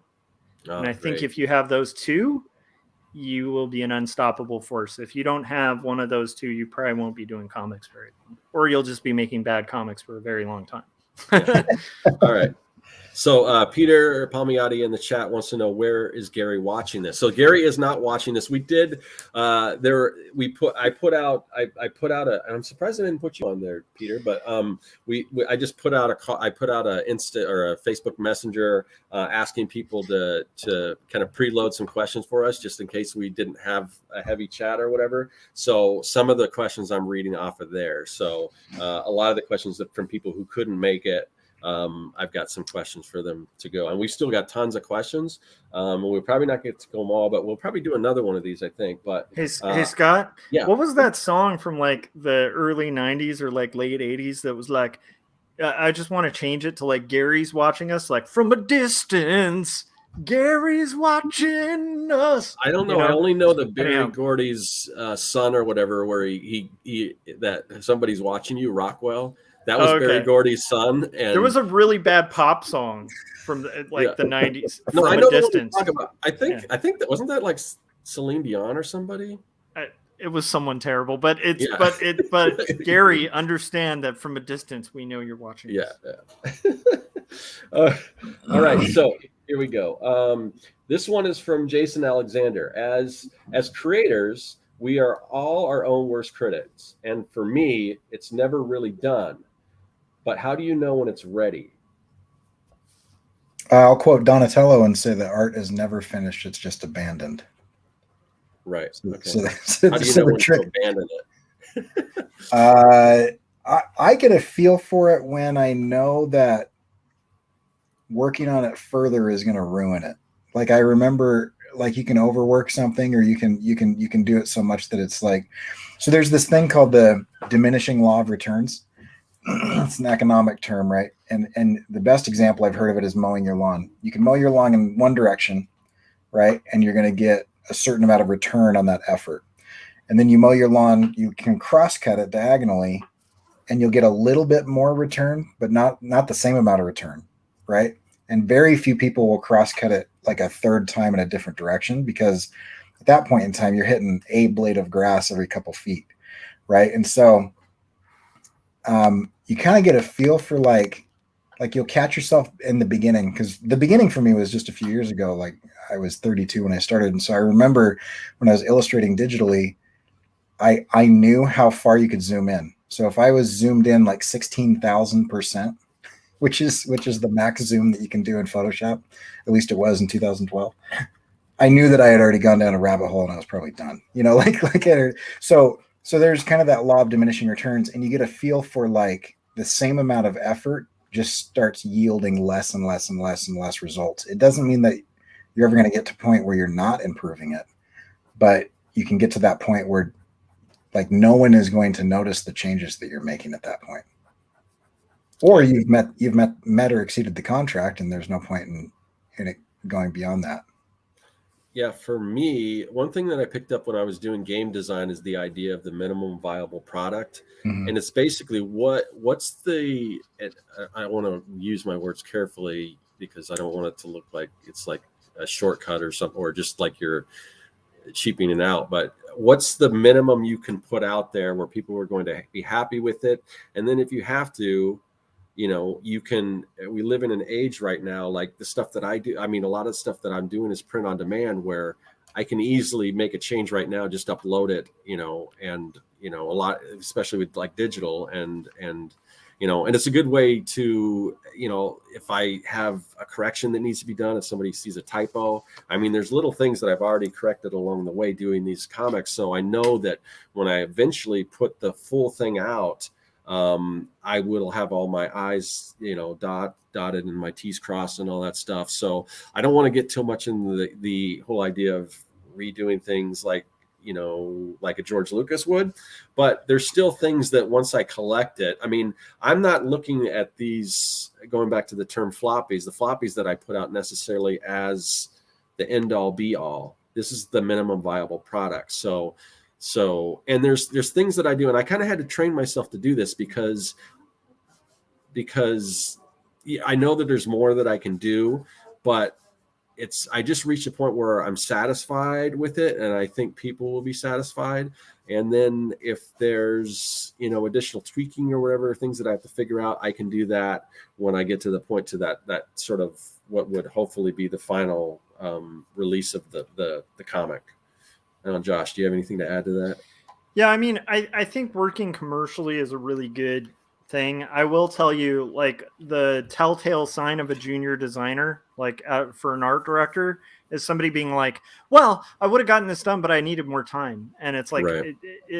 in general, like if I give a creative a job and a deadline, I know that it feasibly can be done within that deadline. Right. But I also know if improperly backplanned, anything cannot have enough time. So, that being said, for my own personal projects, I have found in my own life that at first I was taking too much time, and then I was taking too little time. And now I feel like I've found a really good balance where it's like, I do think a lot of comic artists I see out there are not spending enough time on their pages. And then I see comic artists that are spending too much time on their pages. And it's this kind of fine balance where you want to spend enough time to have a product that you yourself would buy or enjoy reading, and maybe put in those little extras that will make it worth a reread, right? Like you always want to, at least as an artist, I think you want to throw in those cool little things. Like Scott's got little 80s shout outs, like all hidden throughout his comics, you know. Corey finds those little details. Sometimes they're just like physics details that he likes to include with his animations. There are those little details you want to throw in to like tip the hat and also show other creators like you're a badass. But other than that, like, yeah, you can't spend eternity on one painting. And honestly, if you do, it might suck. Like, think of like a guitarist, like, if you took the guitar line, let's stick with the Beatles here, and bring in like the only good Clapton song. I'm joking. There's more than one, but That's fired. But while my guitar gently weeps is like one of the best guitar lines ever, right? But if you listen to that lead as it was recorded, it's good, but it's not always perfect on the timing. The string bends a little off. There's a rawness to it, and if that had been retracked and cut and edited, at some point it's going to start sounding more like an automated machine than a human being, and then it's not going to sound like rock and roll. So I do think you want to keep your stuff where it's got that human, beautiful vibe to it, where it's got that those beautiful human flaws, but not so much that it's just unintelligible and terrible. You know, it's a hard thing. It is like pretty much what everybody else was saying. A lot of it's just experience and time, and you'll learn that kind of fine balance. Yeah, definitely. All right. So this is when things get heated, and we'll probably get a lot of hatred coming on. But here's another question from Gary. Question: since we can all agree that Empire Strikes Back is the best Star Wars, yes, and The Last Jedi is 100% the second best, what are the third best Star Wars movies? Okay, so first of all, I love Empire Strikes Back. For me, it's not. For me, the best is the original. It's what was called Star Wars when it first came out, what most people know as A New Hope. But to me, it's like neck and neck. I mean, they're right there, but I've got to put the original Star Wars a little higher. My personal opinion, but I do love Empire Strikes Back as the second. I would say third, honestly, and this is where we get some hatred. I think for me, my third favorite Star Wars in the sagas, not discounting Solo and Rogue One or whatever, but I think my third favorite Star Wars is probably The Force Awakens. Now, to me personally, after that, I think the sequel trilogies went off the rails. I didn't like where it went after that, which obviously is in opposition to Gary's Last Jedi being the second best, but I don't know. That's me. What about you guys? I like the new ones. I feel like people give them too much hate, but I agree. Force Awakens was like just kind of an incredible experience. I think the reason I think I like that, because I will agree that it is a similar formula to Star Wars, and that being my favorite, that's probably why, to me, it's everything I want. Sorry to interrupt, Josh, but to me, it's everything I wanted, because it did feel like Star Wars to me. It felt like that, where I didn't get that from the prequels. So go ahead. Sorry, Josh. Yeah. So, I mean, I'm a film geek and stuff, and like, I will say Empire is easily the best Star Wars. Plus it smartly focused on Han Solo a little more which is smart. And so you get great lines like the "I love you, I know," and you have these great plot twists that just take it to a whole different level. And also, you just have those cool walkers and the snow sequences and stuff. I mean, it's just by far like took a really cool movie and then just brought high stakes and real meaning to the plot. Yeah. Those are all great points. I just say the thing I think reason why I go with Star Wars is because Star Wars can be a movie unto itself. Oh, You can't have Empire Strikes Back without Star Wars, but you can Star Wars. If Star Wars never concluded, it would still be a complete story, you know? Yeah, agreed. And I will also say that my second favorite is Star Wars. So it's Empire, Star Wars, right? A New Hope. I just absolutely love that movie. And that might full well be nostalgia. That's the reason for that, but I can't separate that from my own criticism. Third, it's nerdy and people criticize it, but it's still Jedi. So like, to me, I can't divorce the original three, even though Jedi's like probably a weaker movie than even like Rogue One. Rogue One was great. I like Rogue One. I like Solo too. I like Mandalorian a lot, though, so I would say if I had to pick, that might be the third. Does that count? I don't know if he's talking about movies or whatever, with it being a series, but Mandalorian's great too. Yeah, but I don't know, Corey. What do you think? Corey's gonna have a hard time isolating this because I think out of all of us, Corey probably is the most versed in Star Wars knowledge. Although maybe I don't know because I read a lot of the extra books. Yeah, I would say. Here's my hot take on Star Wars. I think a lot of the novels, some of the comics, and definitely most of the cartoons are better than all of the movies. I just prefer the writing and the world building and a lot of that stuff. But I don't know. I was the kid who was raised by a guy who didn't really like sci-fi, and so I didn't watch them when they were in the theaters originally or whatever. But I mean, by the time I was in high school, my grandma did make me some Jedi robes that I wore to the premiere of episode 1. So I mean, I was a fan. But I don't I hate like the question of like favorites and ranking things and whatever. I think you can make an argument for. You have to take that up with Gary. But like my daughter even knows, like she used to ask me, when kids like don't have like the vocabulary or language to really like carry on a conversation, but they know like a couple questions, she used to ask me like, what's your favorite color, Dad? And I would always say like, I don't, so finally she started saying, what's your favorite color today, Dad? And then we would have a discussion about why whatever color was my favorite color of that day. Because I mean, I think given a different mood or given a different thing, I could pick any of the movies or any of the shows and have really good arguments for it. Right now, I will say I am thoroughly enjoying Star Wars Visions, which is kind of the anime. I still haven't watched them. I'm excited. Oh, dude, the first one. To me, it's hit or miss, but yeah. Oh, some of them are not my cup of tea, but they're not aiming at me. I'm a 41-year-old guy. But my 3-year-old loves the ones that I'm like, well, that was really boring. But some of those are legit, like the Kira Kurosawa black and white. Yeah, that first one was good. So good. So I really like those. From season 3 of Clone Wars on, season 1 or 2 are kind of dumb. I agree, man. Clone Wars just picks up speed. And it's so great later on. It definitely legitimized the prequels a little bit. I will give it that. Yeah.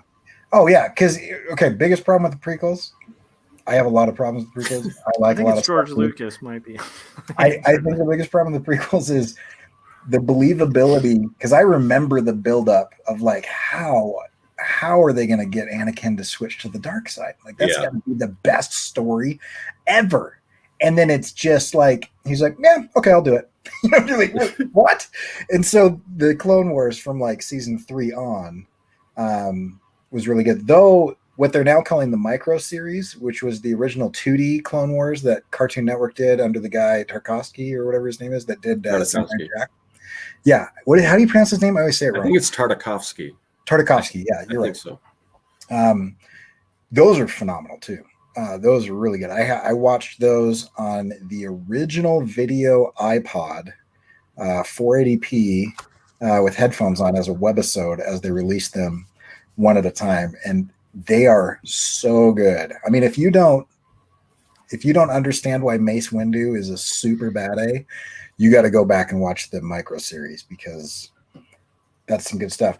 But yeah, so I mean, I think there are moments and scenes and choreography. What I love about the prequels, the lightsaber fighting leveled up. I mean, before you had them barely moving. There's no choreography. There was no anything. It was just like, I don't know, go bang those swords around a little bit, and then we'll spend 9 years rotoscoping it, you know. Whereas you get to the 90s, and they're like, all right, this guy who's like a legit ninja, he's going to run and jump off of this platform and do like a triple backflip and then land and then have a double lightsaber come out. And then you're going to have this, like the fights became amazing, you know, and that carried on into, you know, Yoda fighting, I think, was one of the best things I've seen at the time. I mean, I can't imagine a moment in my childhood that would have been better than seeing Yoda just fight Dooku. That was amazing. Except I hate Dooku. He's one of the worst villains that's ever existed ever in anything, not just in Star Wars, but in anything. Yeah, good actor, but just terrible. Yeah, it's just dumb. I mean, I don't care about the aristocracy in the Star Wars universe. It was just, you know, Corellian garbage. It's like, who cares? You know, I mean, the fact that he's a Duke at all is just stupid. You know. Anyway, I don't know. Like, well, I want to see the guy. So they went. George Lucas said, "Give me your worst nightmare as a villain," and they came up with this Force Witch that was like the scariest looking, creepy thing straight out of Hell Nightmares ever. And he said, "Give me your second worst nightmare." Yeah. That's when Darth Maul was created. Yeah. I want to see the first one show up. She's got like these dripping ribbons that come out. She's the creepiest looking thing. And I think that kind of evolved into like the comics where they did the Night Sisters. Okay. And then and then Asajj Ventress came from the Night Sisters, and Asajj Ventress is my favorite villain. And she is kind of a logical chain from that original drawing. Anyway, so I could ramble about it for a while. I don't rank things or have favorites. Yeah. Peter did chime in, and he said it's Bette Midler is From a Distance. So yes, that's it. That I remember now. Yes. Yeah. Gary's watching us, and then you know, and then you can start singing like "Flying Higher Than an Eagle." Start making some movies about girl power. Yeah. You know? All right. Let's see. So here we go. Okay. Let's see. Okay, this is a good one. I hope we don't get a copyright strike for singing the Gary's watching us from a distance. Singing? I don't think you can for singing. Oh, you can. Oh, you can. Aren't those algorithms great? Yeah. Okay. All right. So, all right. Here's another one from Gary. If you could wave a magic wand, he doesn't say magic. I'm adding magic. If you could wave a wand and make one change to comics or the comic industry as a whole, what would it be? I would, for me, I would just say, what's the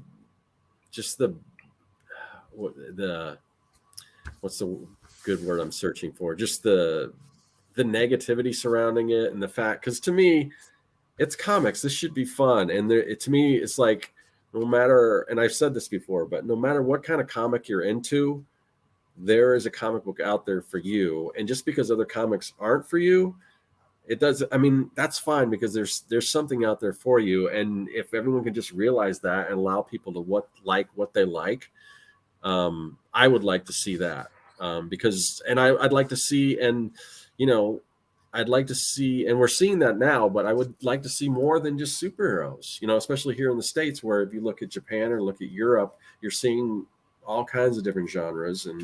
And here on the show, we do different stuff. I don't think any of us really do superheroes, and that's not to that's not to diminish superheroes, because I love superheroes, but I'd like to see more voices. I'd like to see different, it's just such an awesome medium. And I'd like to get to a point where when you somebody says they don't like comics, they're not just thinking I don't like superheroes. People don't typically say I don't like books, because they realize there's different kinds of books and there's probably a book you're into. So I don't know. What about you guys?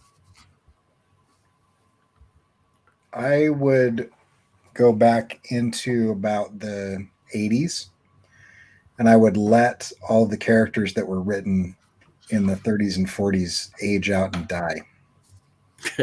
Okay.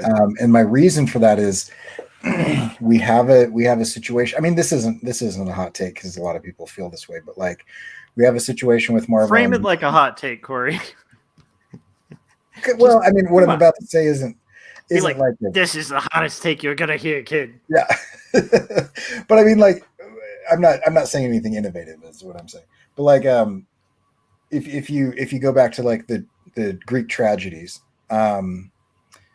they would get in trouble. Like the poets who wrote Greek tragedies in like the 5th century BCE had a very strict set of rules that is basically the expectations of the fandom today for Marvel and DC, where they would get financially fined by the government if they wrote Hercules in a way that didn't feel like Hercules, or if they invented a character, or if they said something that was too socially whatever. Like there was a guy who got fined a year's wages for making people feel bad about this particular war that they were currently going to.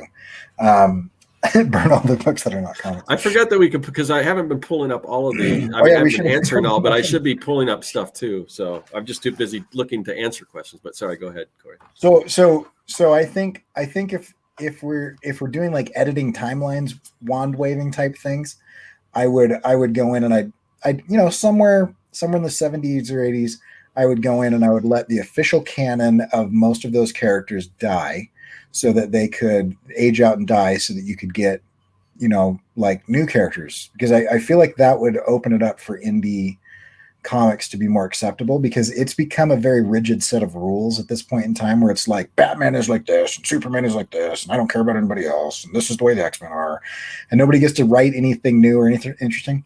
If it's not a timeline thing, I would want indie comics to be more profitable for the creators. Because there are so many good indie comics out there, where the creators then go on to do kind of big 2 books because they pay better and you gain more popularity. When I really don't care about Ryan Ottley's Spider-Man, or the guys who did Limbo going on to write Marvel books, it's like, whatever. Limbo and Invincible were way better than anything that Marvel's put out in the last 20 years. Yeah, I know. I think you're starting to see that change with crowdfunding, and now with what's that platform? It's something, I want to say Sleestack, but that's the creatures from the H&R Puffin stuff, or whatever, that Sid and Marty Cross. But what is that? What's that platform that's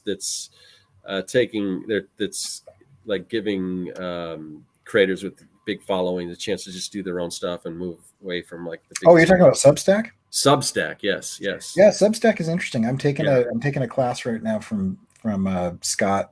Why am I blanking on his last name? Snyder. Yeah, Circling. It's great. It's great writing class. Yeah, Substack is interesting. It's not a comic book platform, right? It's an email platform for newsletters. I think you're going to get a lot of really interesting things, especially what Scott Snyder is doing. And I mean, you've got Magnola's on there, and you've got Scotty Young is on there. You've got some really big indie names that have done a lot of really big books. I mean, you've got most of the people writing most of the big books for DC either left or co-opted into Substack. And so I think there's going to be another kind of indie boom, and I think you're going to see it on Comixology, because a lot of them are going straight to digital first and then collecting in print later. Yeah, that's going to be fascinating. But if I were to wave a wand, and whatever, it would be this weird idea that like somebody uses your hard-earned source material in a movie and the best that you get is that they mention your name in the credits or whatever. Like make creators, and specifically artists, because physically it's more demanding than writing. Make it more worth their while. My biggest thing I did a whole animated short about this. The distribution machine should not be making more than the people that are adding the value. Right. And so the little guy at the bottom of the totem pole that's actually carrying the entire totem pole on his back, he should be making the money. That's my wand-eyed wave. Yeah, I second that. Anything you want to add? Cool. I mean, in mainstream comics, change the industry so we don't have like more Ditko and Bill Finger type stories, which if you guys aren't familiar with them, or if you're like one of the morons who's on the side of Disney right now. Yeah. If you're one of the morons who's on the side of Disney, getting like these licenses from creators, like no. Are there people that are defending Disney right now? Yeah, there's a bunch of fanboys who like what Marvel's doing. They're worried it's going to interfere with the franchises that they're enjoying, and it won't. But it's going to get money for these families of people who invented the characters. So. Anyhow, so I'd like to see that change. I'd like to also see, and this isn't going to be popular, but we're talking about personal preferences, right? Like, I actually feel like superheroes and superhero stories are very well represented. I'd like to see more of people who are pursuing indie comics to pursue literary comics. I feel like a kid stuck in a bookstore that only sells Tom Clancy novels, and I think that kind of sucks. I want to see people trying to write, great American literature, like in comics. And there are a few people doing it, and I don't think there are enough people doing it. And I think the people who are doing that or pursuing that need to be supported.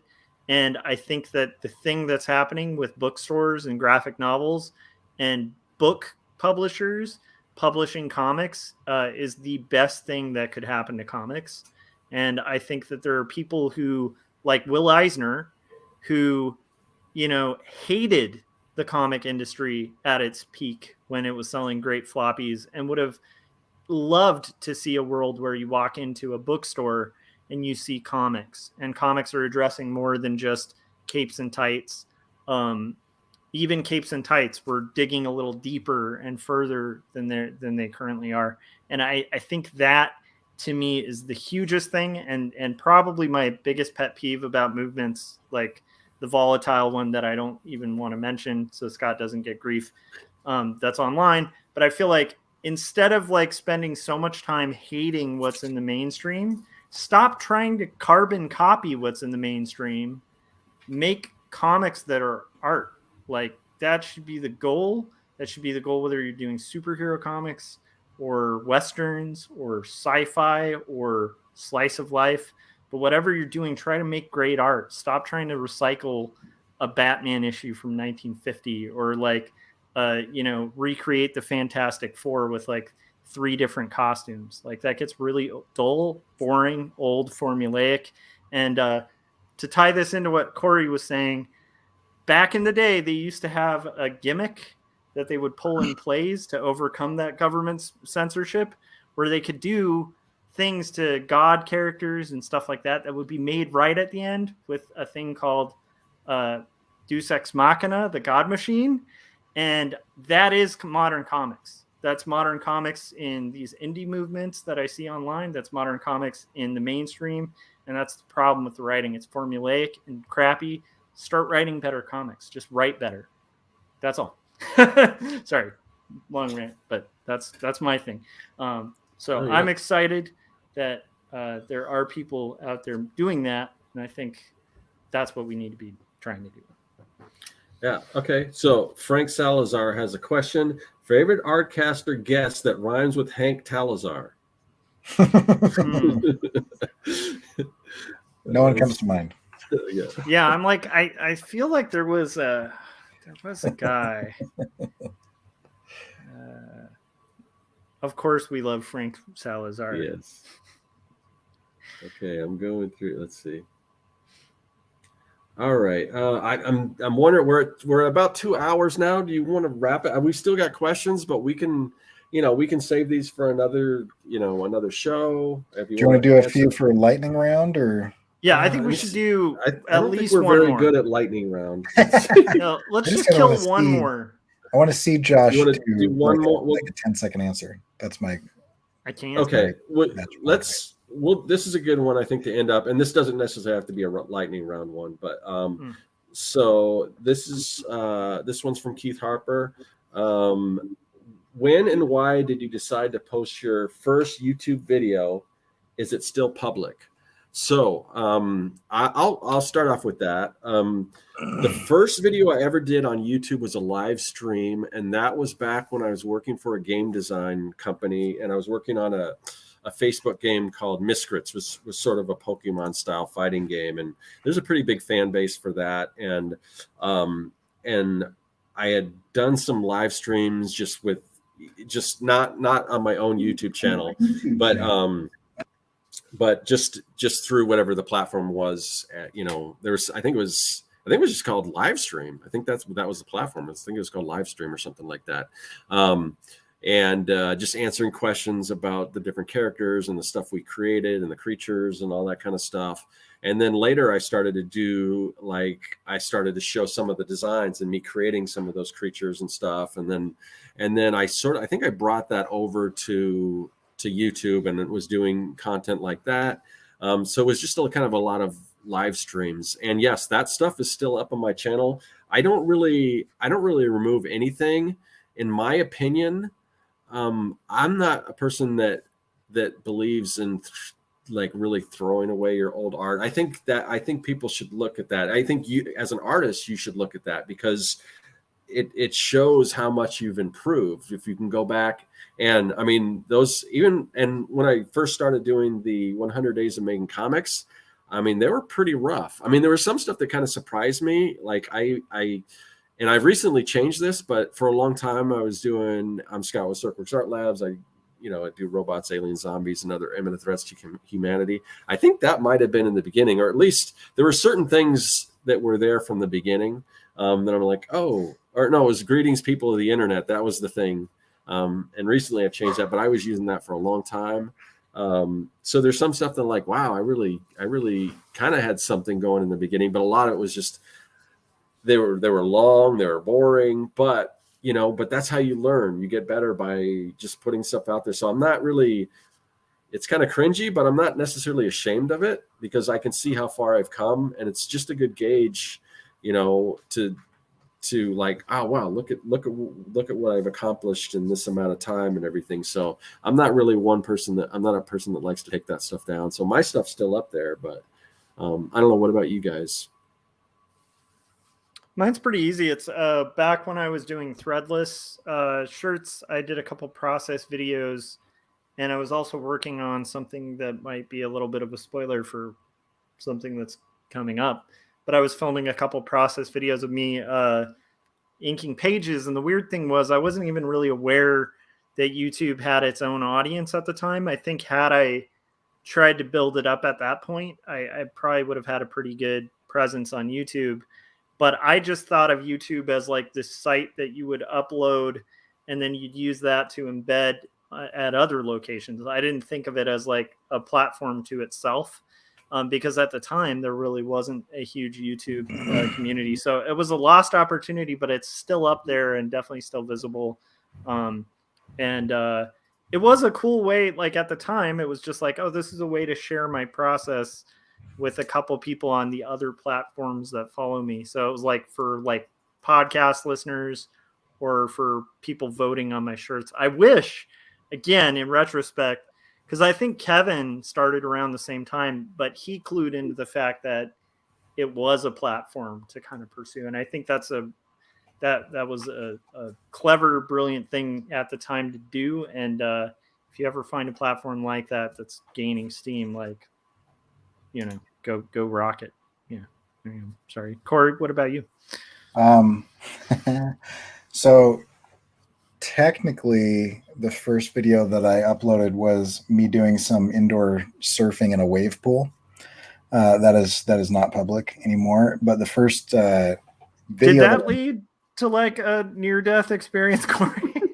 No, but the indoor skydiving video that I uploaded after that was a little dangerous. But no, the first series of videos that I publish, and I believe I've taken all of these down now except for one of them, is a series of videos. Josh is going to hound me to watch these now. I would do punk covers of Beatles songs on the ukulele. And I have a number of those. I did Eleanor Rigby and Yesterday and Blackbird. You said those are still up? Nope, I took those down. Oh, they are awful and horribly embarrassing, and they will never see the light of day. So, but the one that I left up is a 30-second. It's a 30-second easy ukulele tutorial on how to play Free Falling. And to date, let's see, that was 11 years ago. To date, it has 31,000 views. Wow. So, had I really wanted to do well on YouTube, I should have stuck to ukulele tutorials. They do much better than anything else I do. So Josh, did you ever answer the second part of that question? If those videos are still up? Yeah, they're still. Or did up. You answer? Yeah, they're the earliest videos on my YouTube channel. So it's funny. It looks like I've been on YouTube actively for much longer than I have because, again, like those were posted as just like hey, this is a place that hosts videos. I had no idea it was like a community to itself until Kevin kind of pulled me and roped me into this madness. Yeah. So I'm all for keeping your stuff up there. Corey, not so much. Josh, I think is probably. I think he's along there with me. Yeah. But Scott, you also didn't like sing. No, I mean, I can understand. I mean, I could see if I was, because I don't think I posted anything that wasn't necessarily had to do with art. So, if I did, I might have changed that. But when it's that far back, I mean, it's kind of like if you want to go that far back in the archives, have at it. Yeah. I don't know that how many people are gonna. I mean, I guess if it's like the ukulele one you were talking about, if people are actually watching that, people are seeing it. So, I mean, I see that there would be reasons to take certain things off or whatever. But plus, you guys don't realize, but Corey wasn't wearing pants in those videos. I will that not became problematic. I will not give you audio, but I will give you some video of what I looked like at 11 years ago doing this stuff. Just there's no reason that anybody would want to watch this other than just. I 100% want to watch it. I think you should post it to your YouTube as we speak. There's my wife's Live, Laugh, Love sign in the background. So there I am, playing my Ohana soprano ukulele. So it's good stuff. All right. You and me, Corey, we need to start a ukulele band. Oh, man, I gave that up. I specifically gave it up. I remember making this decision. This is an interesting story. When I decided that I wanted to get into illustration, I had started a local ukulele get together where we'd get together and we would play, and I was easily the worst person in the room by light years. Anyway, I told everybody, hey, I'm gonna start doing illustration, so I'm gonna quit this group. And they were like, no, you can't. And I was like, no, I'm going to do one thing and I'm going to do it really well. And so I'm eliminating everything in my life that isn't that thing. And they were so mad at me. And I sold all my ukuleles and haven't looked back. It's been great. So. All right. Okay, so that's kind of like, Scott. okay, let's. Sorry, Scott's been trying to close this out forever. I know. Let me tell you a story about ukuleles. Okay, I really wanted to end the show 20 minutes ago. Thanks.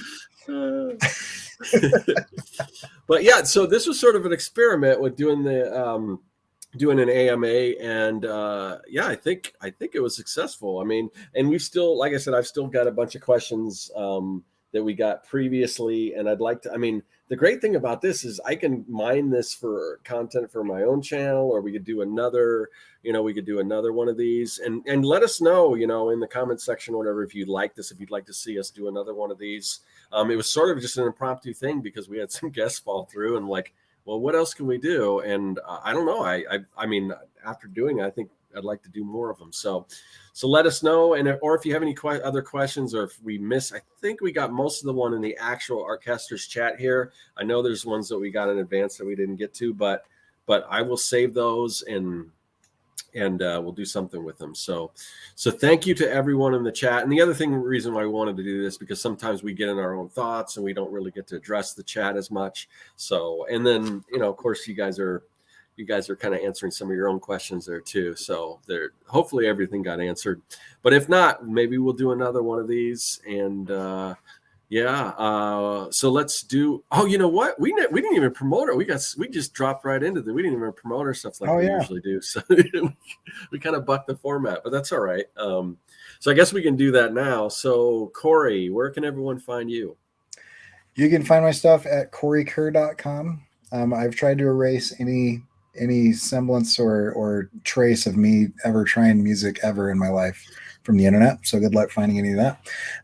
But the rest of the stuff, illustration and animation and all that jazz, is at CoreyKerr.com. I'm also on Instagram and Twitter.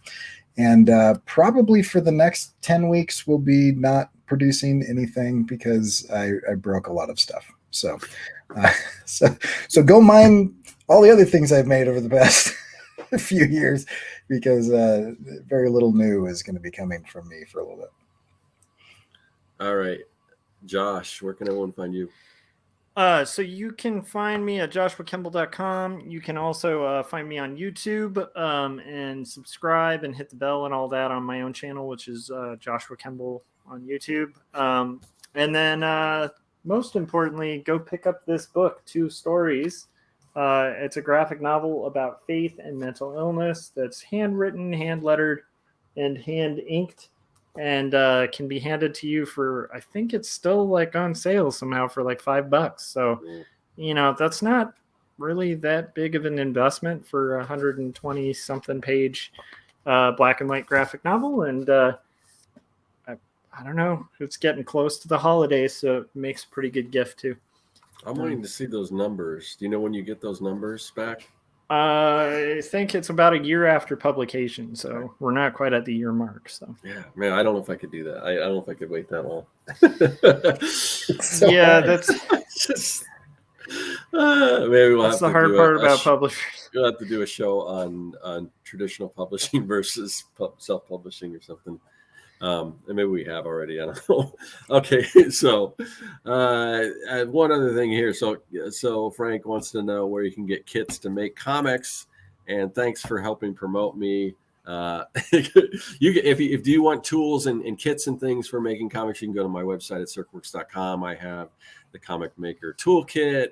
I've got the Comic Lettering Masterclass. I have the Comic Book World Builder, the Hero Design Studio, just all kinds of different tools for making comics. You can find those at circworks.com. Also on this channel, on this YouTube channel, if you are into making comics and you want to know how to do that step by step, or if you want to know a particular section, the part of making comics, you can find that at my series, Making Comics 101. It takes you all the way through the whole process of making a comic. And it's everything from coming up with your idea all the way to penciling, inking, drawing, publishing, all those other steps in between. So definitely check that out. And last but not least, the show we do, the Artcasters, we do this show every single week. Usually we have a guest on. Today we didn't, but you guys in the chat are kind of our guests. We're answering your questions. So, but like I said, we do the show every week. We do this, usually on a Thursday, but it can be a different day, different guests.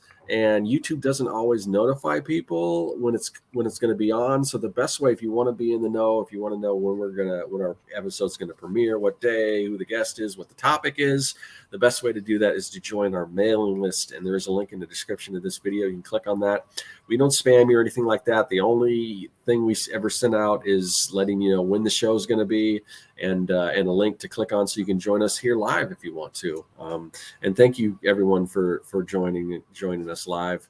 And we will see you next week. Later, everyone. Gary's watching us. Gary's